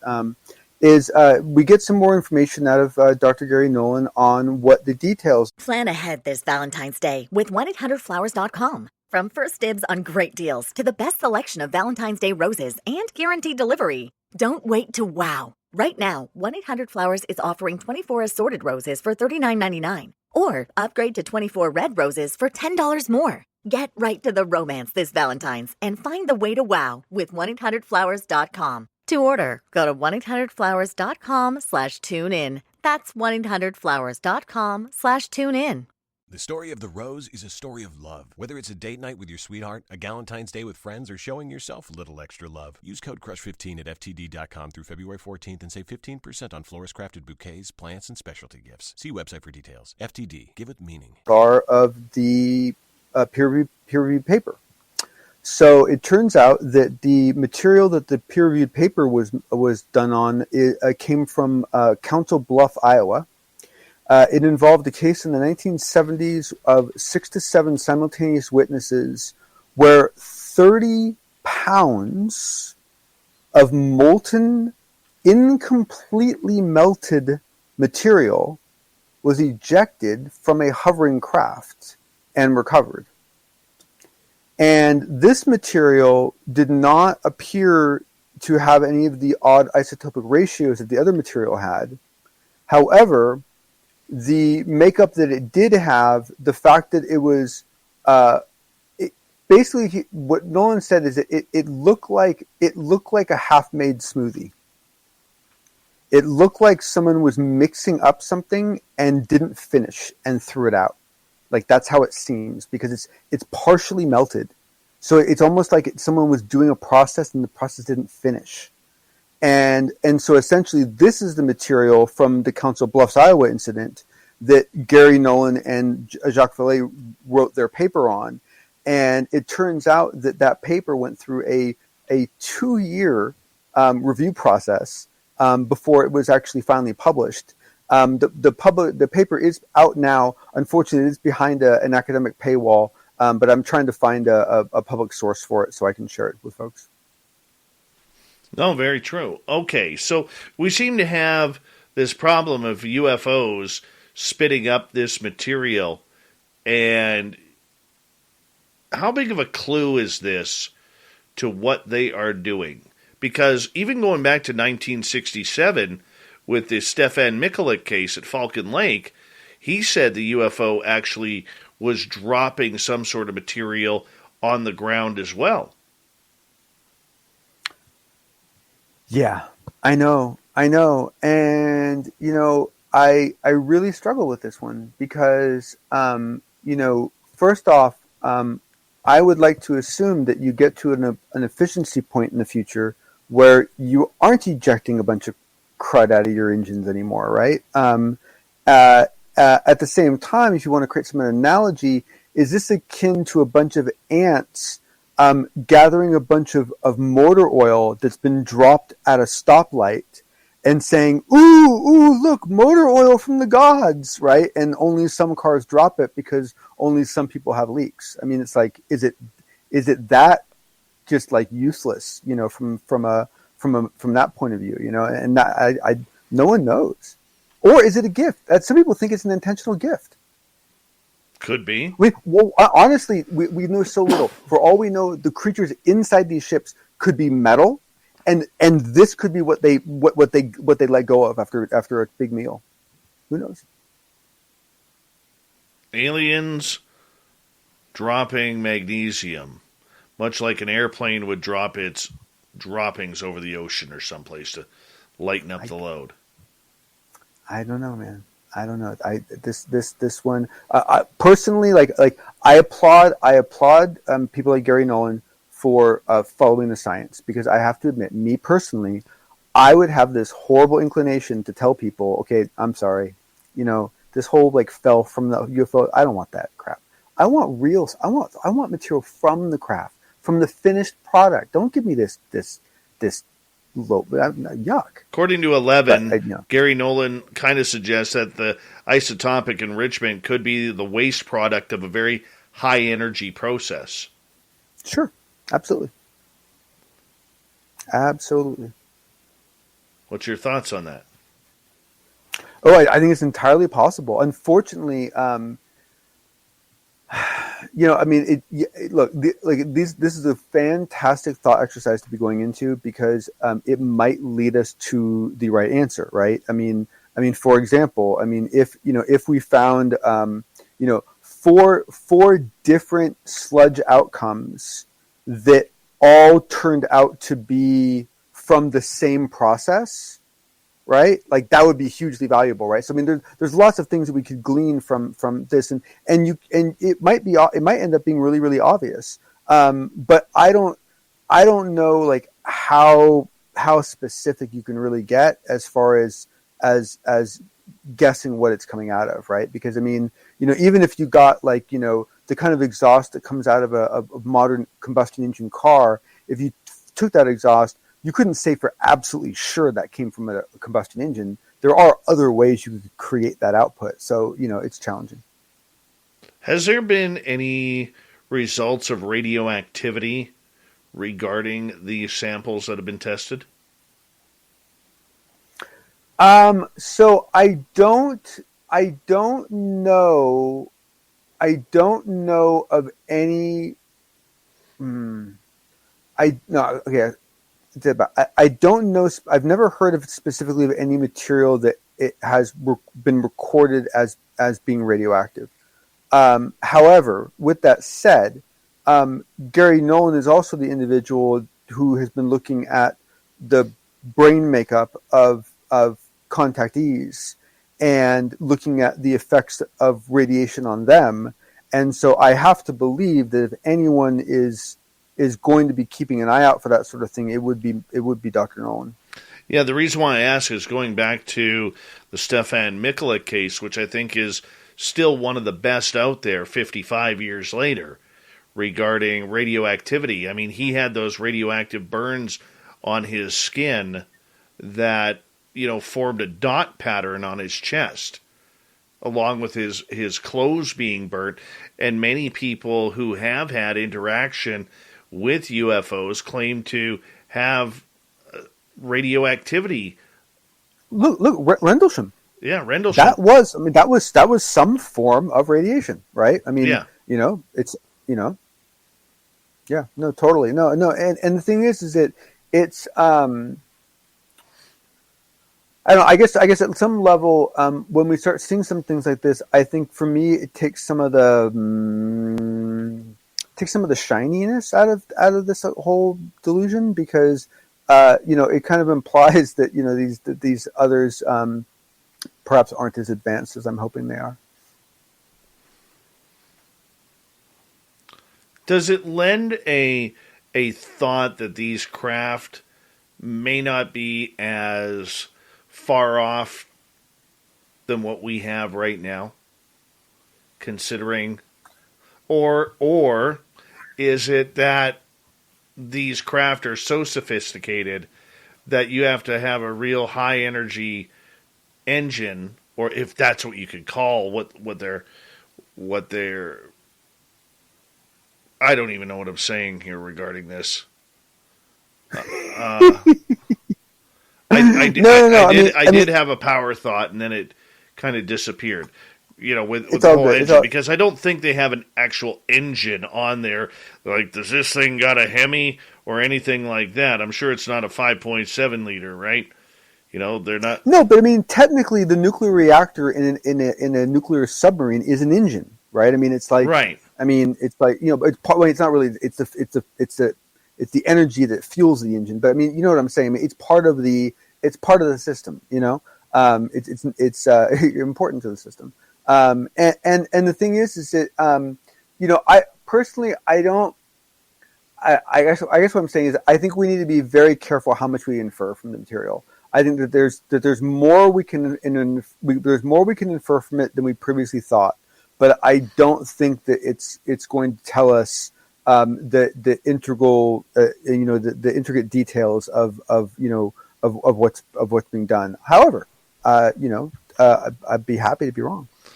Apollo 11 says, based on where they came from, it may not have been too big of a technological challenge for them to get here compared to us and what it would take to get there. That's even possible, I mean, honestly, like there's so many possibilities. I mean, let's face it, like all of our ideas of distance between other planets are all assuming that the people coming here are coming here and planning to go back. But if you have a vessel in space or a group of vessels in space that are migratory groups where their home world is no longer there or no longer habitable, and they're just looking for a new place to go, they will travel much further and for a much longer period of time than others will, because they don't have a choice. Could be. Fedora John, Another excellent following here on the Unbiased UFO Report. Thank you, sir. You blew my mind. I didn't know a thing that you were talking about tonight. And, yeah, I showed my science tonight, which is why I don't talk science on this show. You schooled me, man. Schooled me. I appreciate you, buddy. Well, Dave, you're never too old or too young to get back into science. So, maybe we'll get you. We'll get you talking. It is my personal refusal to do it. I'll stick with the woo, man. I'm way more comfortable with the woo than the who, what, where, when, why, and how. That's why I have you and Science Bob around here. There you go. Well, thank you much, sir, and thanks everyone for hanging out. Absolutely. Let's get to Shirky Poo's news.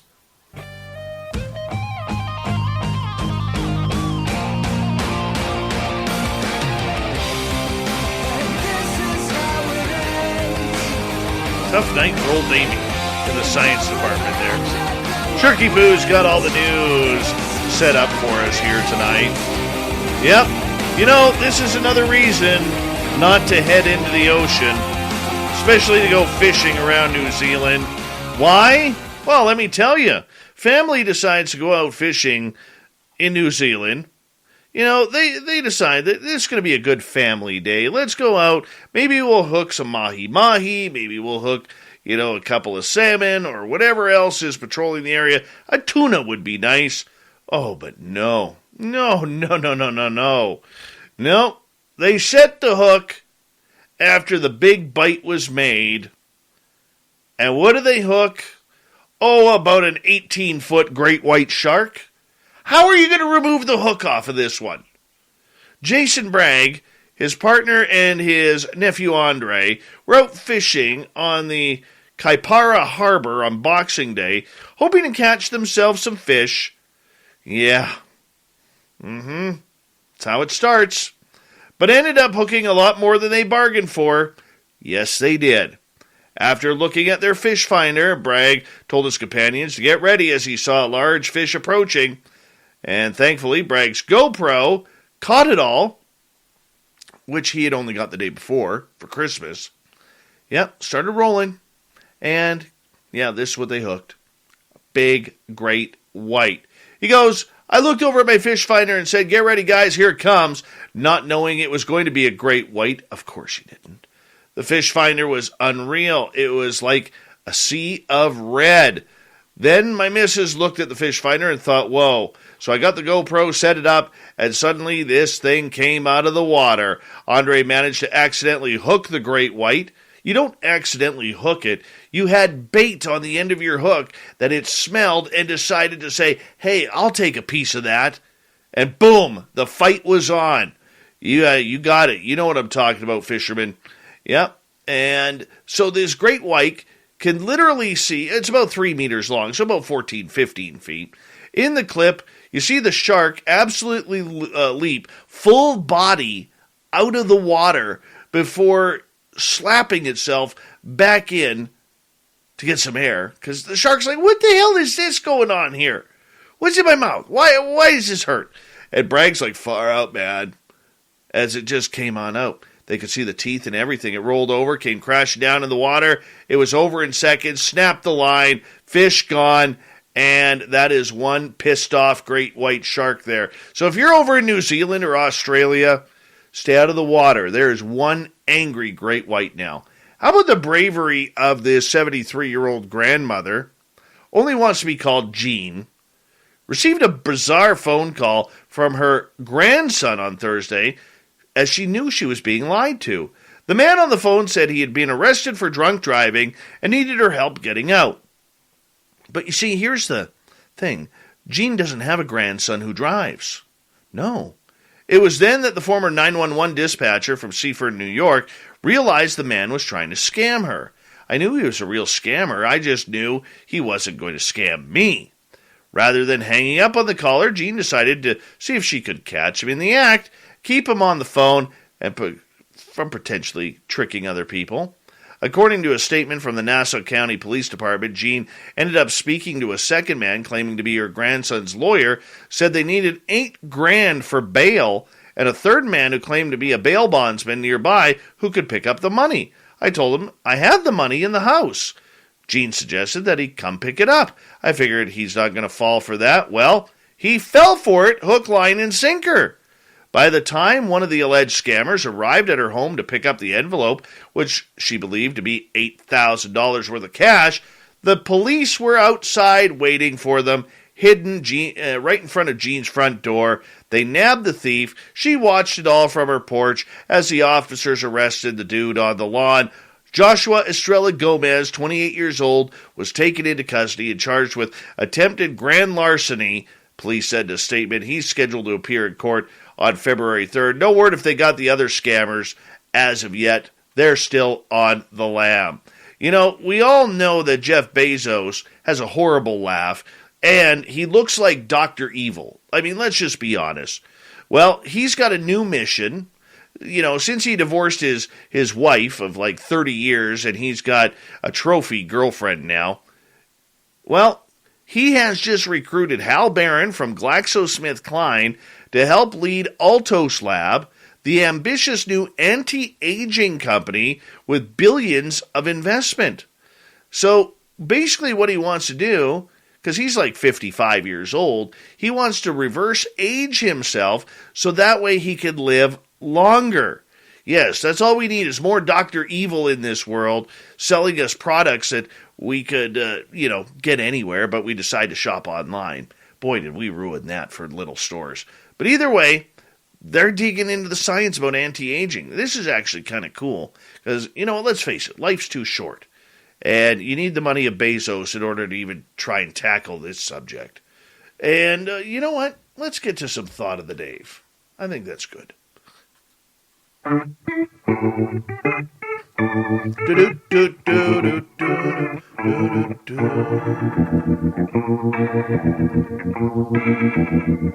we go with the thought of the day, as we ask it every day. Today's question: how many Skinwalker Ranch type of places you think are out there?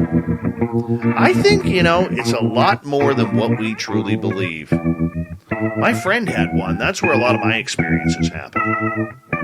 We look at East City Ranch, Bradshaw, Skinwalker, Blind Frog, Stardust. They seem to be all over. Thin Lizzy says, she goes deep into this one.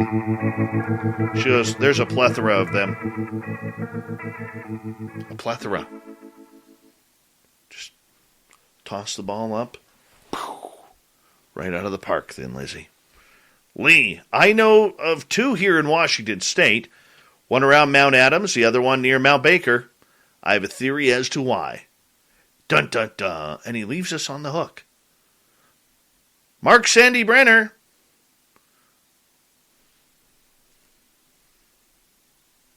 All over the place.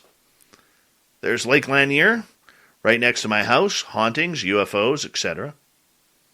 I always wonder about these husband and wife tag team Facebook pages or profiles. I got an issue with them. Nothing against Mark and Sandy.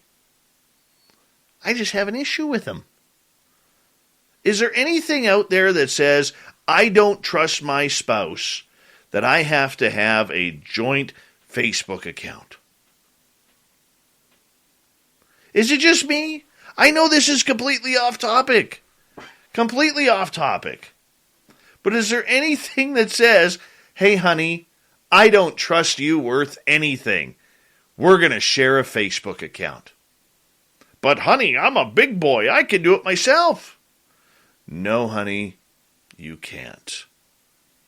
You can't. It's just the way I feel. It's the way I feel.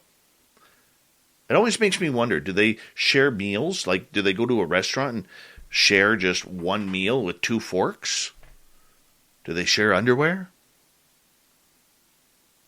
Toothpaste? Even worse, the toothbrush? I don't know. I don't know. That is so not a woo topic, but it's one that bugs me. One that bugs me. Nothing personal. If that's your thing, you do it. You do it. You're allowed. Just Weirds me out. Thank you to Shirky Poo for the news, Fedora John for the report, Swamp Dweller, and our good friends Damien Jay and Hoodoo Tall for coming on in to the big show tonight. We got Mr. Ron Bumblefoot Thal rocking in the background with Little Brother is Watching.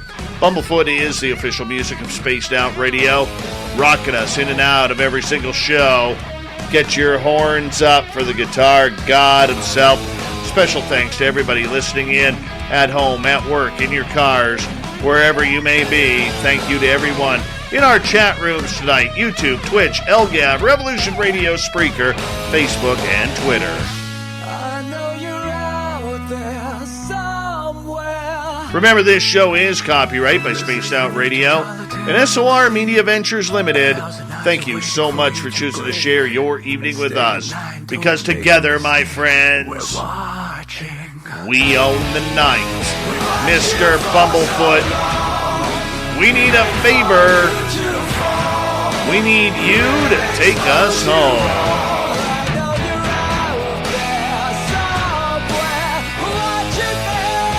Yes, the Woo train has docked for the night. But soon, my friends, we shall ride again. Your seats are always available. Your tickets never expire. And if you want to bring a friend, throw them on the train. We got room for them, too. Good night.